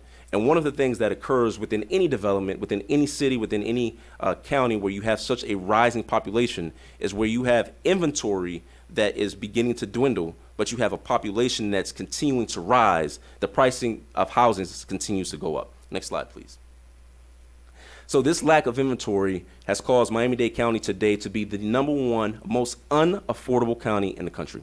We just surpassed New York as the least affordable market in the country, in the continental U.S. And this affordability aspect within the marketplace takes a variety of different shapes and forms throughout a community, but it's most prevalent in this community and all throughout Miami-Dade County in single-family homes. So one of the things that has happened is if you look at it and if you do the numbers between April 2020 and April 2021, the net year increase of the average median sales price for a single-family home went up by $133,000. And if you take a step back and you think about what that means that the average house in Miami-Dade County went up by about $11,000 every single month during that time frame. So what ends up happening is that folks who would have traditionally been in a position to purchase a home are now looking for other opportunities and other avenues to be able to live because you simply cannot afford a home. Next slide, please. And one of the things that has happened is that you have a variety of articles. We've selected two that we're showing here. One is about the fact that the marketplace for single-family houses is very tight at the moment. There's right now about 2 months supply for single-family homes when it's typically about 8 to 10 months. And then one of the other aspects about the market that we're in is that you're having a scenario where single-family homes are being purchased above list price with cash. So again, people who would have traditionally been in the position to buy a home in Miami-Dade County and in the city of North Miami are not in a position to do so simply because they're being priced out. Next slide, please. So one of the things that has occurred is that unfortunately, as a result of this increased demand for single-family homes and this increase in population of folks who can no longer afford a single-family home, there's more people looking for multifamily units all throughout the county. And one of the things that's particularly interesting is when you look at the occupancy rate. So in Miami-Dade County today, it's about a 96.7% occupancy rate across the multifamily spectrum. That's about 3.2% all across the board. And the annual net absorption in 2021 was about 7,415 units, which is actually daunting. And in the next slide, you'll see it. At least I'll try to explain it. So what I'm trying to point out here is that when you look at the slide and you look at the statistical numbers, in 2021, we had a vacancy rate of 3.2%. We had a net absorption rate of 7,415. If you go all the way back to 2012, you don't have one scenario, not one, where the vacancy rate is as low and the net absorption rate is as high. And the reason why you have that is because we have a seriously, rapidly growing population, and we simply don't have enough units to meet the demand. Next slide, please.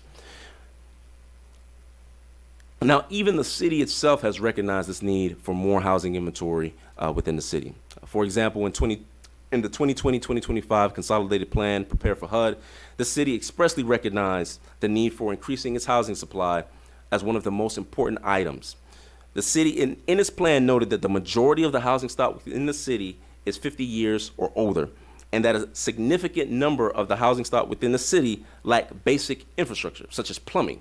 And when I looked at that, it struck me that some houses in the city are lacking plumbing because they're so old. It also identified demand as a significant issue, as demand is exacerbating the affordability issues that we're dealing with in the city because we simply don't have enough units to address the growing population needs. So one of the things that has occurred is that there's a real need for more workforce housing within the city. Next slide, please. So one of the things that we're doing as part of our development is we're making a commitment on ourselves. Ms. Love in the last hearing explained how there isn't a mandate that the city is going to make with respect to providing for workforce housing. So we're voluntarily committing to provide for 32 units in our project that are going to be restricted for workforce housing. That's about 14.6% of our units that are going to be committed for the workforce to ensure that they have a place to live within our development, to ensure that folks have that access within this community. So given the property's location, given the fact that it's in a unique area to incentivize transit, and the fact that we're providing this workforce housing commitment, we think that these provide the context for the approval of this type of development. Next slide, please. Now, one of the things, as noted by Ms. Love, she always gives a very good, thorough presentation. I always feel like I'm repeating what she said. As part of the project, we are located in the North Miami Station Transit Overlay District. That district is and was targeted for providing for developments that are located in close proximity to multimodal transit opportunities and to provide for enhanced density. So in this district, you're allowed to have up to 150 dwelling units an acre. Next slide, please.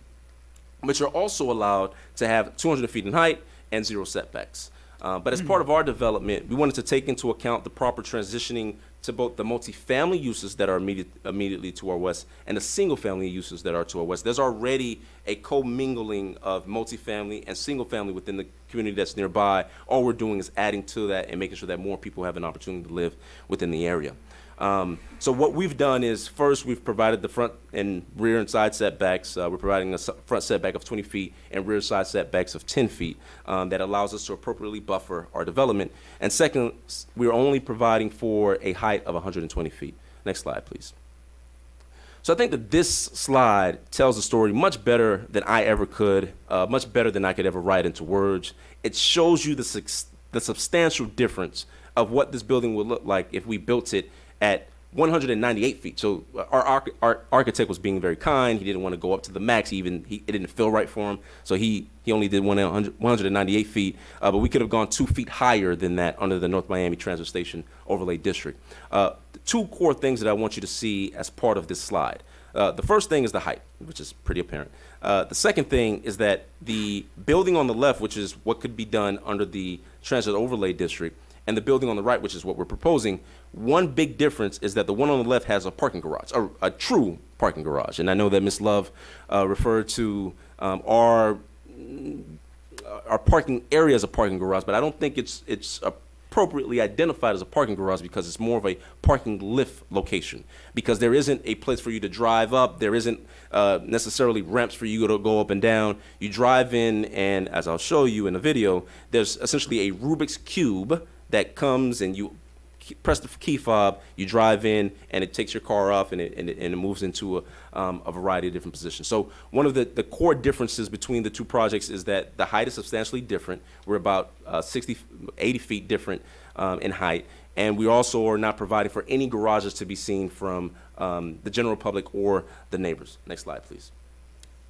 And this is a indication of what the project will look like in context. And one of the reasons why I wanted to provide this was so that you could see that the property is going to be enveloped in landscaping, and that there are essentially no access points from Northeast 12th Place. We're not doing anything that would allow you to connect to our project from Northeast 12th Place. Everything is along Northeast 13th Avenue. So if you can see it, I know it's a bit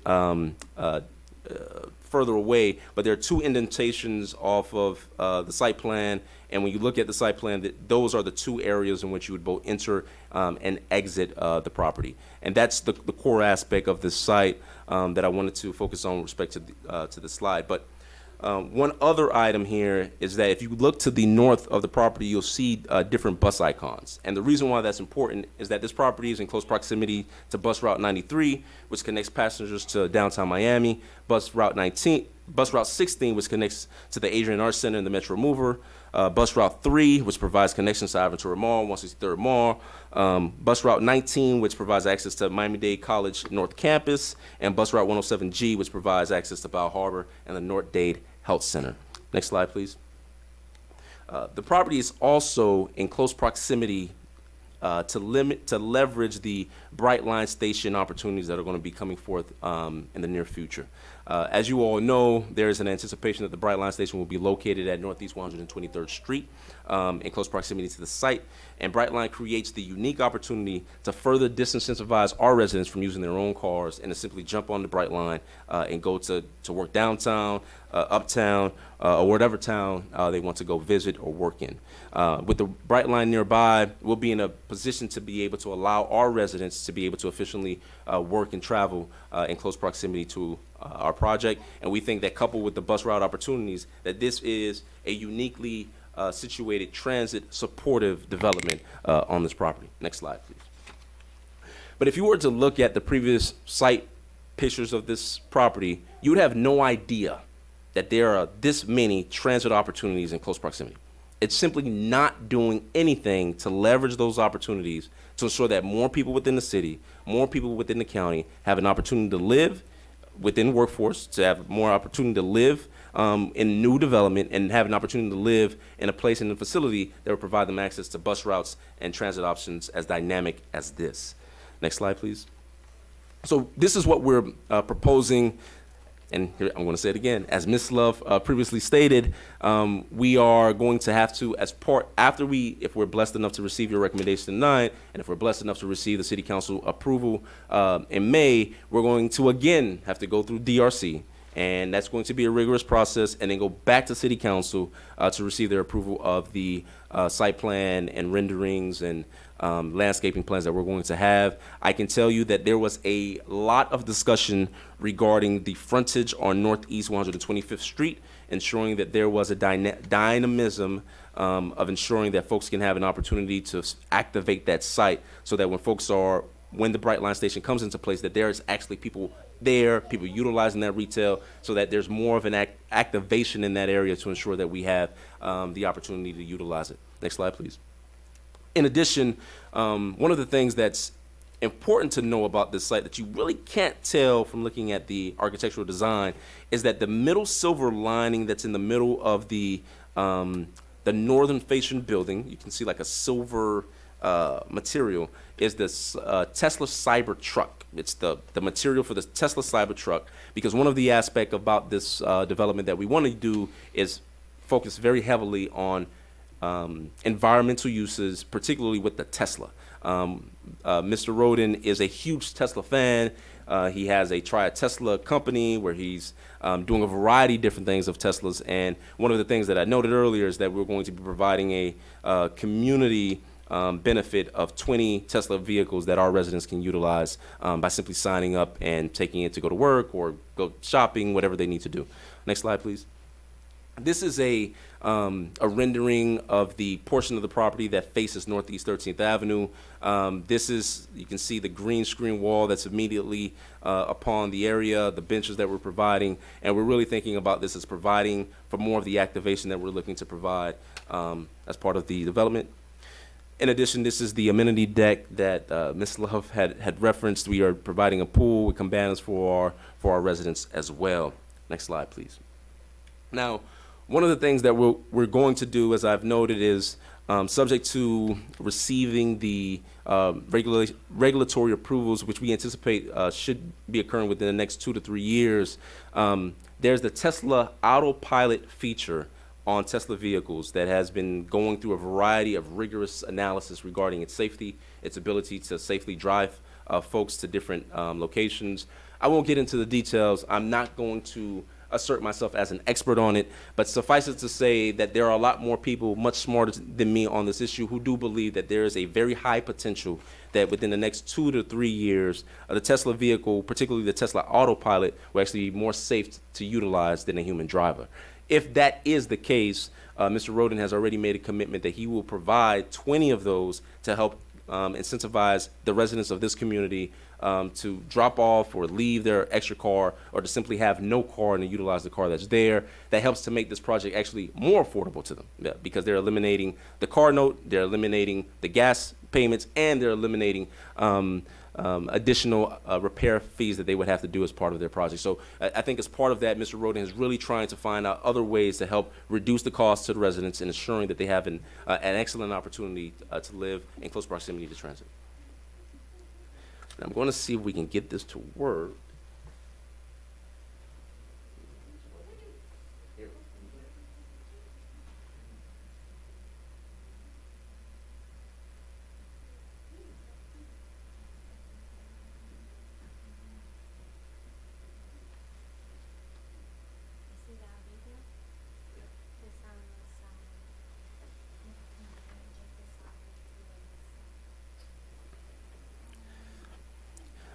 Well, while she's, oh, you're pausing. Okay.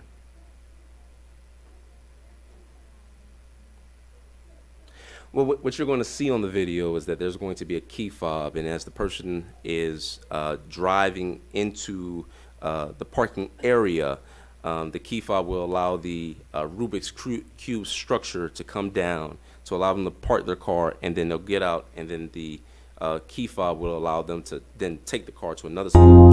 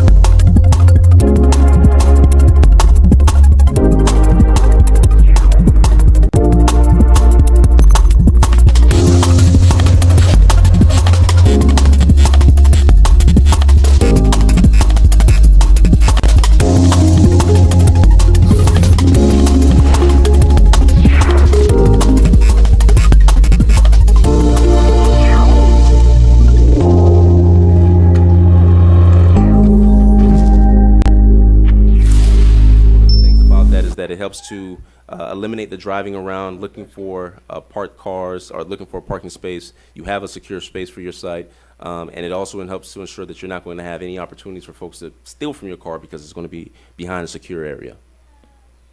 Is there any of this function taking place now?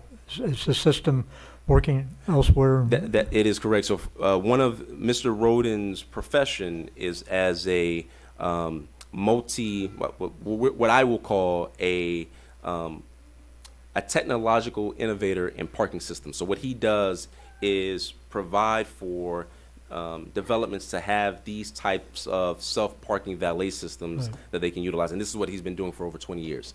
Is it currently operating? It is currently operating. They have a ton of these. They have 1 million systems, and I know a lot of these systems are in Germany, and they have them all throughout Europe. This would be the first, I believe, system of this type, certainly in Miami-Dade County, and definitely in North Miami. Very good, thank you.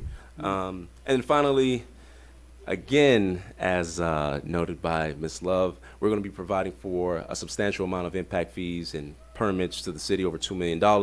The ad valorem taxes that we're providing to the city are over $454,000. The current taxes that come from the site is about $45,000, so we're increasing the ad valorem taxes by about 10 times. And of course, we're going to be providing direct jobs of 16 and direct temporary jobs of about 519. So given the property's location, its ability to take advantage of the bus transit opportunities, the Bright Line station, the fact that we're making a commitment for workforce housing, we do believe that the recommendation for approval by this board would be completely justified. I thank you for your time, and I'd like to reserve some time for rebuttal. Thank you. Thank you very much, sir. I think at this juncture, I'm going to hold everybody's comment till after the public hearing. If you don't mind, I'll go ahead and open up the public hearing before we have additional questions, and the staff will, I'm sure, have a few for you. But at this time, I'm going to go ahead and open up the public hearing. Public hearing is now open. Anyone wishing to address this issue may step forward. Again, the time period is 2 minutes to state your case. Good evening again, and again, please, for the record, state your name and address again for us, if you could. Thank you. Sure, thank you. Deborah Davies, 1165 Northeast 127th Street. Subsections 5, 7, and 9 of Section 3-405A prohibit development that has adverse impacts on adjacent neighborhoods and properties and the community character of the neighborhood. The city has already approved the new 358 9-unit development around the corner from this site with vehicle entrances on Northeast 11th and Northeast 12th Avenues. Now you must decide on another 218-unit, 12-story building directly across the street from W.J. Bryan and a block from the railroad crossing on Northeast 125th Street.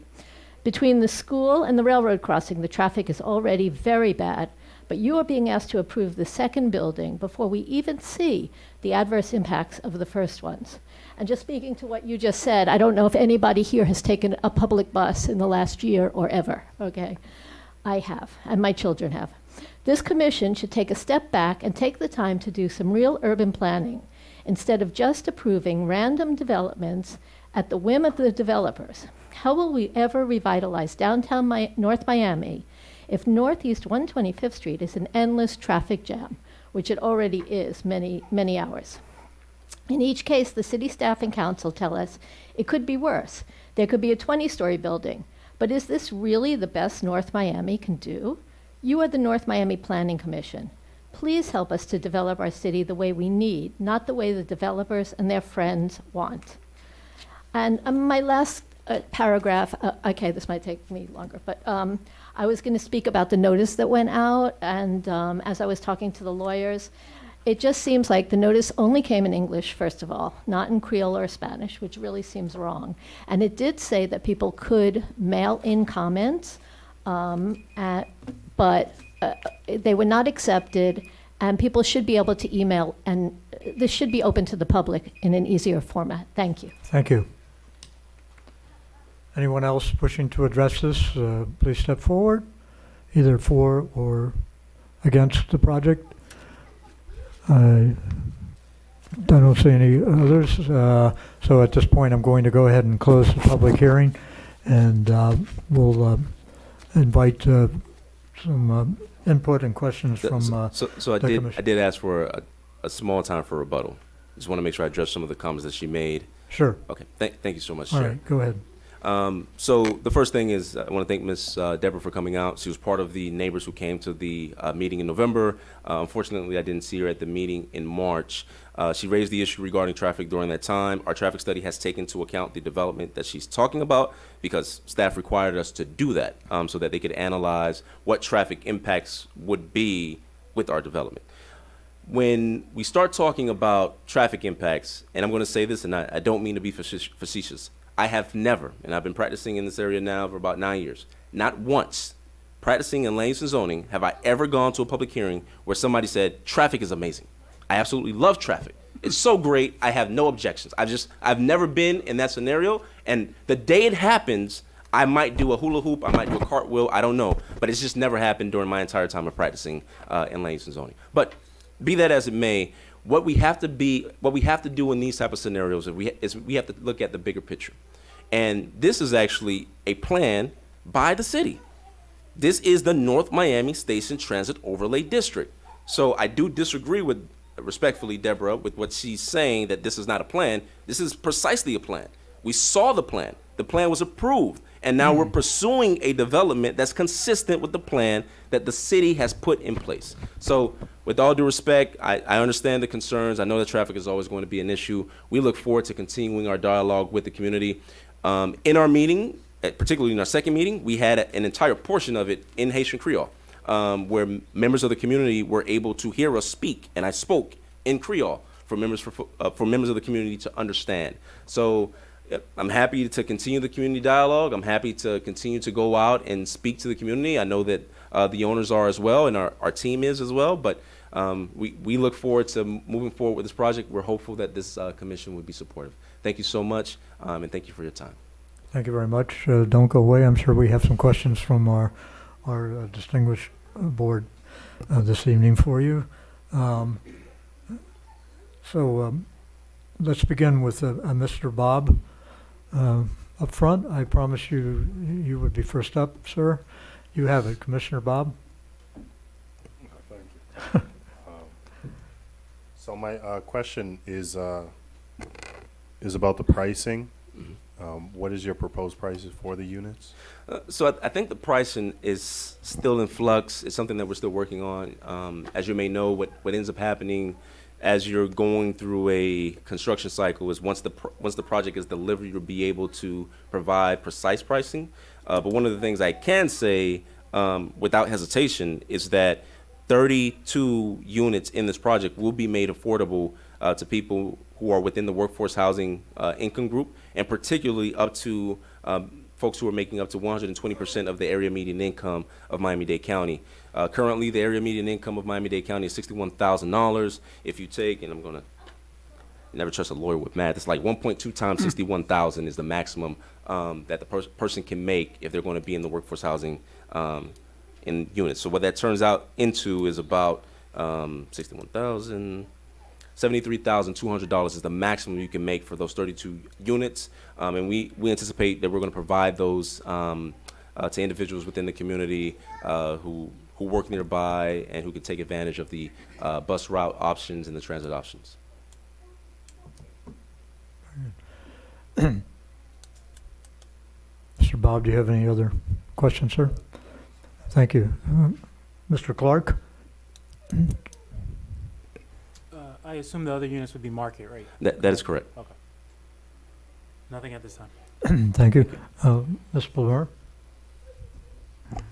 Thank you so very much, Mr. Gassant, for that presentation. If I ever need someone to do a presentation for me, I will look you up. Thank you. While we are looking at development and moving forward with how North Miami looks, what North Miami looks like in the future, I think is very important, as the constituent stated, that we look at a consistent plan, right? And we move forward with that plan. I just want to confirm that you stated that this plan that you came up with, or the developer came up with, was actually taking a look at what staff and the city has presented as a need, and you modeled what you are presenting today after that. Is that correct? That is absolutely correct. And if I may elaborate, I don't want to take up too much of your time. But the North Miami Station Transit Overlay District was something that their staff, and I think this Planning Commission, voted on, recommended approval for. There was a substantial amount of work that staff put into that North Miami Station Transit Overlay District. There was an analysis of water and sewer availability. There was an analysis of the number of units that could be built within that area. But at the end of the day, what ended up happening was that your staff and the city made the determination that because of Brightline, the access to Brightline, because of the access to the bus routes in close proximity, that this would be the opportune time to leverage those opportunities to ensure that more folks would have access to those transit routes. So right now on this property, what we're proposing is entirely consistent with the plan of the overlay that's already in place that covers this property. And just to staff, besides this particular project, is there anything else that will be coming forward that would complement this project, or would it be the only one for now? Well, right now, this is the first one that has come out of the gate. We have had a number of discussions with other proposers who are definitely interested in working in the area and doing projects in the area.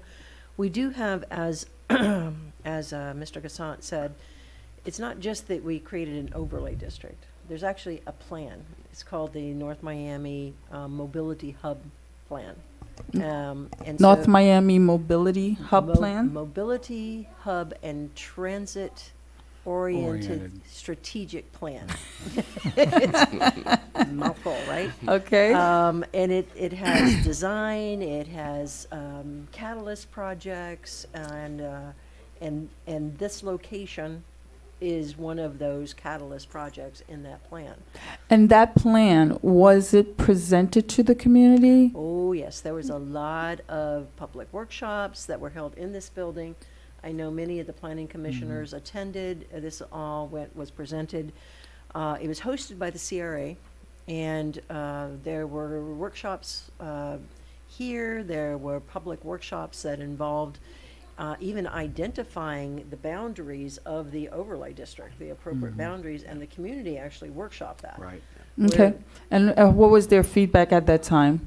Here's the appropriate location for the boundary. Oh, they chose it? Yeah. Okay. Because one of the things that we tried to do was avoid any of the single-family districts being incorporated in that, and then talked about transitioning between the higher height and density to how to protect the single-family neighborhoods. But we also have, in addition to that plan, we also have a downtown development plan that actually speaks to the downtown, which is that C3 district where this is located, and a major corridors master plan. And this is still, it's consistent with that as well. So, but it's really the most, I think, closest to this is the mobility hub plan and how they have leveraged all of those pieces together in this Catalyst project. We do have, as I said, we've had discussions with other folks who tell me about the process. What do I need to do? And then when we start presenting what they have to go through to get approved, they're like, whoa. They back out? Not back out necessarily, but it is a daunting process because they have to get through staff first to even get to you. And that's time consuming to get through that process alone. So even before they come to you, they have to go through a lot of work to get to that point. So once the applicant understands it and buys into that, then they start submitting. So we do have a lot of conversations going on, but this will be the catalyst project for this area. Okay.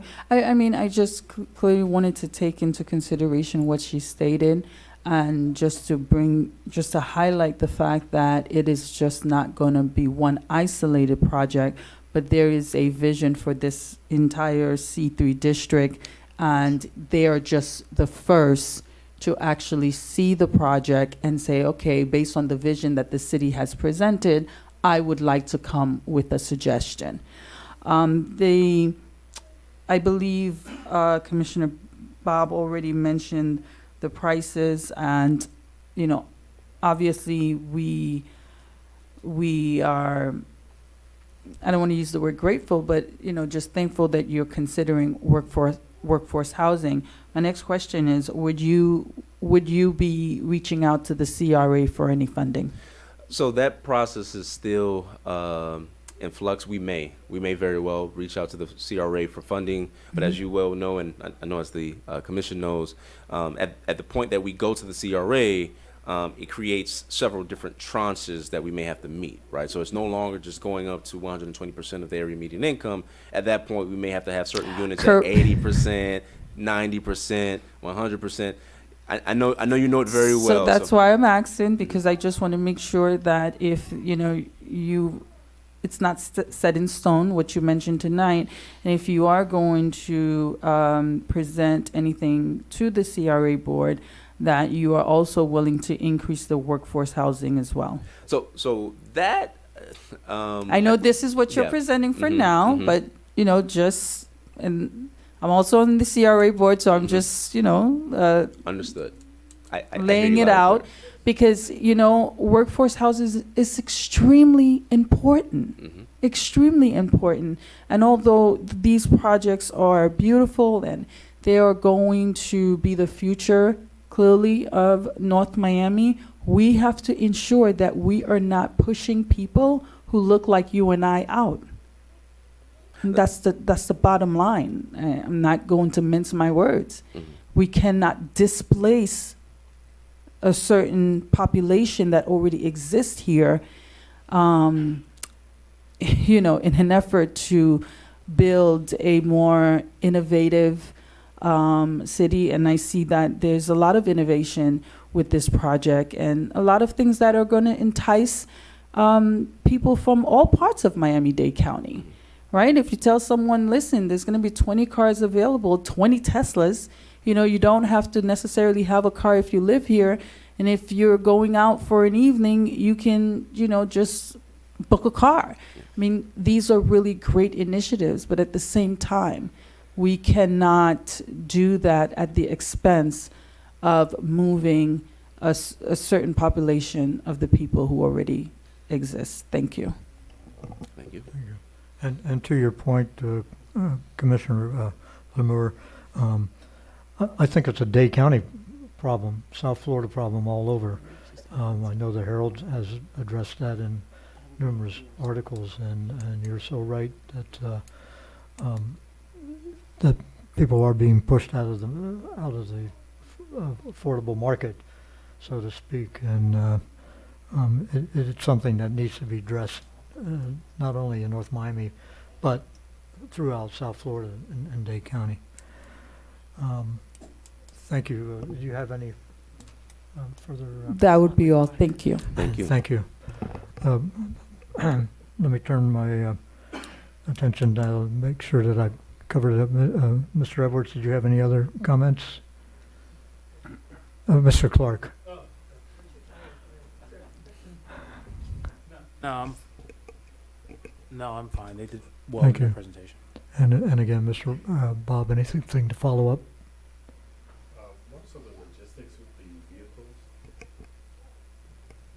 More say the logistics with the vehicles. You know, what the actual plan is on determining whether or not you're going to move forward with it and kind of the rollout behind that. For the 20 Teslas? Correct. So what Mr. Roden has focused on is the regulatory approvals for the self-driving Tesla. So the idea of the car is actually to provide it and make sure that everybody within the community has the ability to maximize the use of that vehicle. So the reason why he wants to be able to autopilot, he wants the autopilot to be approved, is so that theoretically, what happens is you go to work, you take the Tesla to work, it drops you off, and then it comes back, and then somebody else in the community will get in that Tesla and go somewhere else. So the concept that he wants to have is a true ride-sharing vehicle that can go somewhere, come back, and pick up residents, so that it can maximize the uses within the community. So Uber testers, Teslas. Yeah. So what he wants to be able to do is ensure that there's the opportunity to leverage that enough to where it makes sense, and it's where it's much more attractive to the community. Because if it's just 20 and you just have to drive it, it's okay, it's convenient, but it's not as attractive if it's self-driving and it can drop you off and then come back and get somebody else. And I think that's really one of the aspects of it that he wants to be able to have.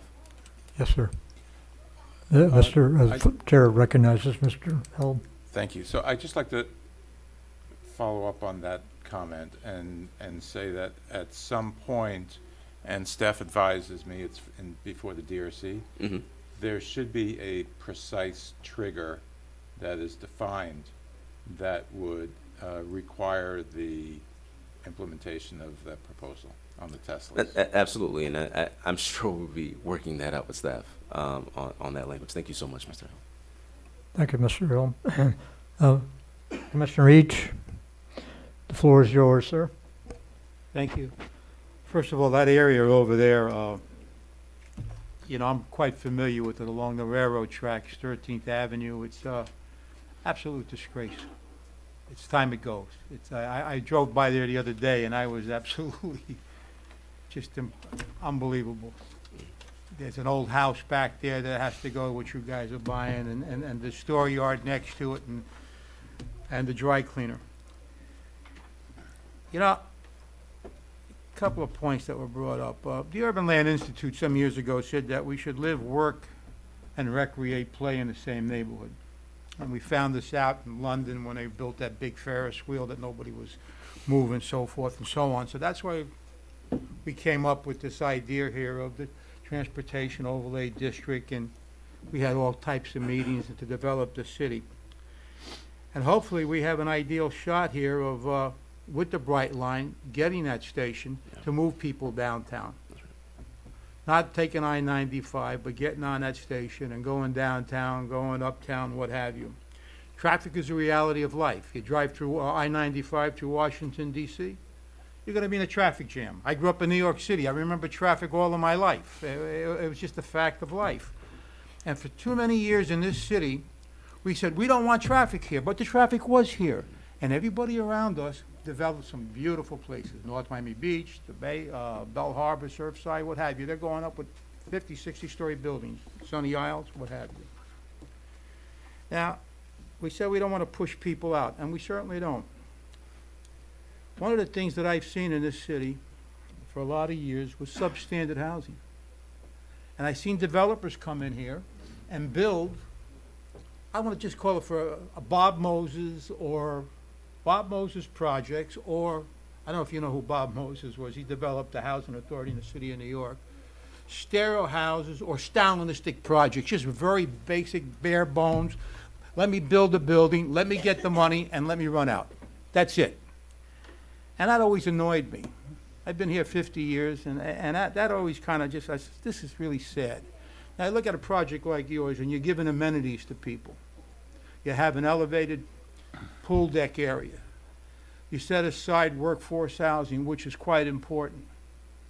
And I think the project has a lot of merits, and it's going to improve that neighborhood and improve the value of that neighborhood, especially when you do the landscaping, and especially with the Tesla vehicles being utilized in the future, and the parking garage itself. And you're not going to have, I live behind, as you well know, a parking garage.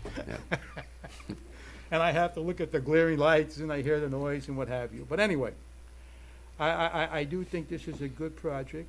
I commend you. The one thing I hope that you guys do is when you go into the design stage of this project, is I'm looking at the project, I'm looking at the building, and I hope the renderings don't, and I don't mean to be condescending, you're the architect, and I'm not, I don't mean to be critical, but I look at this building, and then I'm looking at the renderings, and I'm sure that hopefully they're just renderings, and then I'm looking at the renderings of the other project that we have on Northwest 7th Avenue, and I see a lot of glamour there.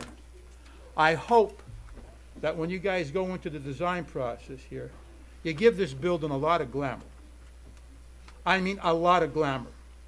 It's important for the future development of this city. It's important for that neighborhood. It's going to improve their quality of life. It's going to improve their property values. Not a monolithic, plain building, but a lot of glamour, a lot of pizzazz. All right? That, to me, is very, very important. Because this is the beginning of what we hope to do with this city. And if you guys do it right, and you set the mark, the card high, the bar high, the other developers will follow. If you set it low, you know, then we're going to look like just a regular project, another building going up, and the hell with, you know, John Q. Public. I want to see people live in a quality place that they're proud of, that they have the amenities. And I don't care if you're a doorman or a police officer, a teacher, or a public works official. You know, just I want you to come home and feel proud about where you're living at. So please, when you do the design process, let's give this a lot of glamour and make it nice for everybody. Thank you. Thank you, Chief. Okay. Mr. McDermott? Yes. Well, I live in close proximity to this project. And first off, that area is, it's been such an eyesore for so long. I think that your project is going to be a real enhancement to the neighborhood. And it's going to be very innovative, which is exciting. So I certainly would, it's just like something that I would want to support and see happen there, because it'll be a very, very big improvement for everybody concerned. So thank you very much for the presentation, and I'd like to make a motion to approve the project. Sure, if you could hold off on that, because I'd like to do, I haven't Oh, made okay. my comments Well, when yet. it's appropriate, The I'd like to- chair would like to recognize myself to make a couple of comments. I would like to follow up on Commissioner Each's appeal. He is right about cookie cutter designs can become an eyesore, and we would encourage and hope that your architect takes a second look at the designs, and that they're going to be satisfied with something that we really desire as far as what this building looks like. We did have a project earlier this year, and the staff, I hope you can back me up on this, where we took issue with the design, and they in fact did make the correction. It's amazing, just a few, you know, the magic of your creativity and just making a few changes here and there to make something that will stick out. We saw a project earlier this evening that I thought was very innovative with the way that they created the facade, you know, the usage of the facade and the balconies especially, and everything. So those are little details, maybe minor to you, but it's something that, you know, we would hope that you're creative enough to find a way to enhance a design and still keep it within the cost that you had projected. And to me, that would be a great way to start off this project and getting it off the ground. So please keep that into consideration if you could. You know, as I'm speaking to your architect more so than you, sir. So. My head because Debbie and I have. Sure. Debbie, do you want to say I told you so now or later? So we've already had this discussion. We've been back before this came before you. We've been back and forth maybe 3 times, and we're completely committed to getting it right. And when I say right, it's obviously opinions. But we're always balancing the cost and the design. But we truly want to work at the DRC process to get this to something I'm proud of. I spend a lot of time in North Miami personally, and I drive that road every week. My daughter lives right down the street here, so I personally have an interest in making it a beautiful building. I always, you know, I always point out to an architect, make it someplace that you would want to live. I agree, that your 100%. friends won't Yep. won't be critical of it. And I'll be passing it every day when I go to see my daughter. So right. If I may. Go ahead. Yes, Mr. Clark. I just had a question for staff. So what are the design requirements? When we're talking about a plan, this board has seen a variety of buildings come forth, different stages of design. So what are the guidelines, if you can talk to? Sure. Well, the plan in and of itself doesn't specify architectural styles. We don't have a cookie cutter, every project needs to look like this. We do have quality design standards in our code that looks at everything about how you activate the frontage, whether you have shade, orientation. There's a lot of standards in there that we look at. The architect that we have as a consultant, we work closely with the development team to try to achieve those that meet those standards. And I will tell you that the property owner and the architect have been diligently listening to us, trying to, as Mr. Valent said, balance that cost and keeping the units affordable with making it, attractive. It is not an unattractive building by any means. Mr. Valent has done an excellent job. We just think there could be a little bit more tweaks done to it. But again, it's not something that I would not bring it forward to you if I didn't think it was at a place that you would all see it and not go, oh my goodness gracious, that's awful. But there'll be some more tweaks to it. But the design standards really look at everything from canopies, how are you creating the shade, articulation, how much glazing is on the building, how do you make it, oh my goodness, there's just so many of them. And as Pat said, can be a little subjective. It's sort of like art. It can be a little subjective, but we do have some basic standards. They've met those basic standards with this design. We've not brought something before you, and Pat has every right to feel proud of the building. We just know that, he continues to think a little bit more about projections and articulation, but it's an attractive building, and it does meet the standards. And again, I recognize the fact that it's in the eye of the beholder.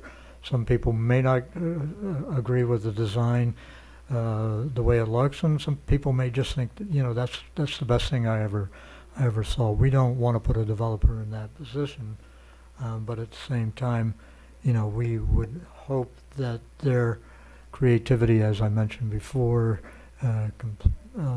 can spark something that's unique and acceptable to everyone, and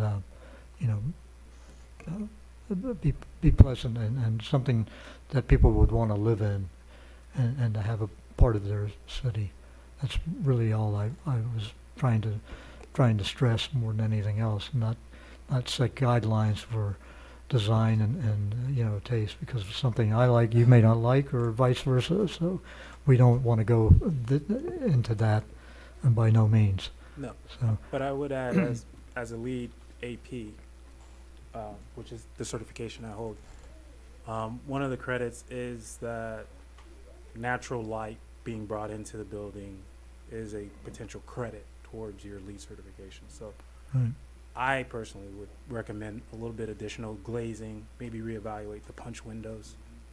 But again, beauty's Good. in the eye of the beholder, but just a little comment. But those are good points that you mentioned that can enhance your LEED certification and you know, make it even more Yeah. Look, I'm a big fan of more acceptable. I'm a big fan of beauty being in the eye of the beholder. That's the only way I was able to get my wife. I don't know how else I would have been able to get her. I think a lot of us are the same boat, sir. Thank you. All right, Mr. McDermott. Yes, I'd like to make Finally. a motion to approve the project. Certainly, I have a motion on the floor to approve the project. There's a second on the motion. I will again do a roll call vote. Let's start with Mr. Bob down front. Yes. Mr. Bob votes yes. Mr. Clark? Yes. Mr. Clark votes yes. Mr. Each? Yes. Mr. Each votes yes. Ms. Blumer? Yes. Ms. Blumer is yes. Ms. McDermott? Yes. Yes, and Mr. Ernst also votes yes. So it passes unanimously. Thank you, Chairman. Thank you, the members of the commission. Sean, thank you for your presentation, sir. Staff, having finished up all our items, do we have any committee reports or anything I can connect that with old business, so I can make that 2-in-1 for you to address?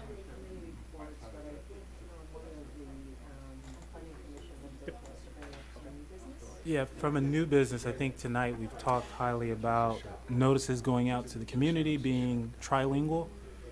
I think it's up to this board. We can definitely make a recommendation that staff looks at incorporating some language in the LDRs, or I may not be using the proper terms, but incorporating some. So then that's what I need. I would like to have Planning Commission review that. If I may clarify for you, when you ask me, did the notices go out in tri-language? Our code doesn't require that. Debbie, we can't hear you. Oh, Yeah, we sorry, can't hear our you. code doesn't require that. Our code, Florida statute says, here's what you do.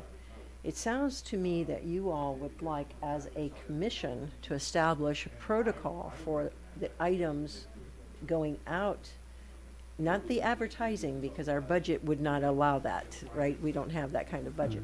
But the mailed notices that the developers are responsible to mail out. We could say, look, all notices for all projects should be in tri-languages. Is that kind of what I'm Yes. hearing? Yes. Yes, Yes, absolutely. absolutely. Definitely. Yeah, Okay. absolutely. So, Mr. Chair, under new business then, And I think, you know, not only staff being aware, but the council needs to be aware of that too, that their constituents are notified through them.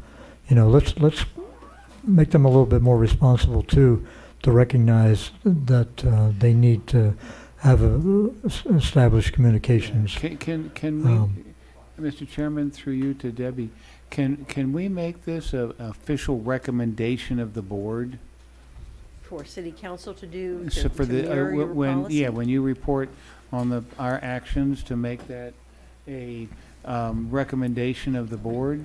And you can do that under new business. In other words, you can Yeah. approach them by saying, under new business, the planning commission. Yeah, has recommend, and I come think up- it's unanimous, right? Is Yeah, it- does Yes. everyone on this Yeah. panel, it's definitely Yeah, unanimous. just say it's unanimous, that we recommend that all notices go out be trilingual. All mailed notices. All mail notices, All mail notices, correct. yeah. Okay, all right, so all mail notices be trilingual. You would like to establish as your protocol, the board, all development, when they come Notices. in, they mail notices that it must be In trilingual. trilingual, yes. Right. Okay? And then And your what's the recommend, radius gonna be? it would be the 500-foot 500 radius as feet. Yeah, required. 500 feet. Because the 500 code feet is radius. silent Right, on what language it is. Right. It just says 500 feet. Right. So we're gonna set our protocol as all 3 languages Right. in the mailed notices. And then you would like to have a recommendation moved to city council to mirror that policy. Yes. Absolutely. Okay. Because I know they send notices out for, Is that gonna be Zoning a text, amendments. is that gonna be a text amendment to the, or do we put this No, in the this new is, land yeah. use ordinance or what? Well, for city council, ultimately, right now, you're just doing it as a policy. Correct. Right. That's what you want to do. Right. If council agrees to it, they would be the ones that would say, you know, we'll amend the LDRs to say that this is what we're going to do. Right. I mean, we have 2 ways to go about that. We can submit it now, but when we do the new LDRs, we can Right. either put that in there also. Right. Right, Yeah. because again, Yeah. you all, Yeah. everything But comes to this is you for all just right first. now, Kenny. Yeah, put Right. it out there, yeah. If they Yeah. wanna make a text amendment, fine. If Yeah. not, we put it in the LDRs. Right, and you'll see them, because it's not gonna go in the comp plan is silent on your notice. Right. So when you get to the LDRs, and it comes before you, and we have workshops and stakeholder meetings, Mhm. this Right. would be something that Yeah. this board should recommend that the LDRs be amended Mhm. to do that, to make that happen for all mail notices. Yes. not to Um, cloudy the conversation. So that's one topic. Yes, sir. I think we've all come to an agreement on that. Mhm. Is there a possibility to, I don't want to say mandate, but recommend 1 workshop at least per development that comes? Minimum. Or no? Well, that's a policy directing staff to make a requirement is one thing. I think now we would have to discuss this from the legal side of it.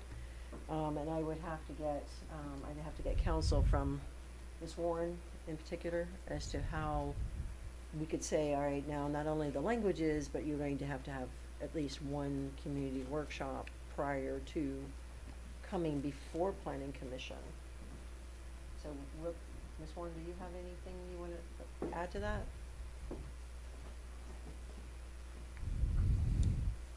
I think we can make it a recommendation, something that part of our pre-application meetings, we can let the developer know that the will of the planning commission, you know, the trend is that what they're looking to see is community input. It's something that we can advise the applicant when they're coming in, maybe provide that information on the application forms and in pre-applications. Right.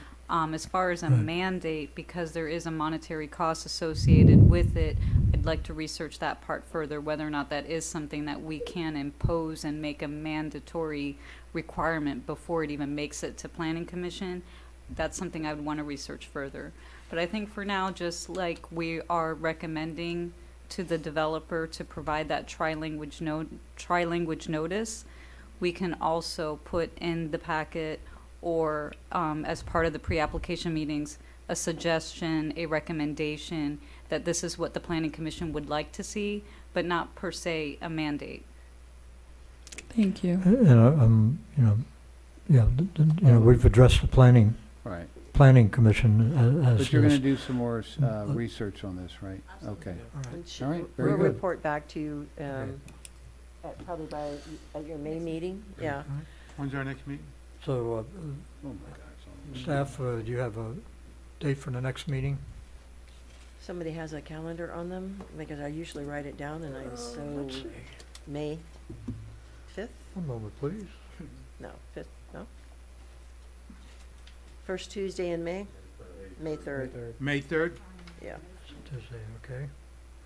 My goodness gracious, May 3rd. Oh, some of my calendars disappeared off my phone. At this point, I don't have a meeting, items to come before you in June. I won't be here in June.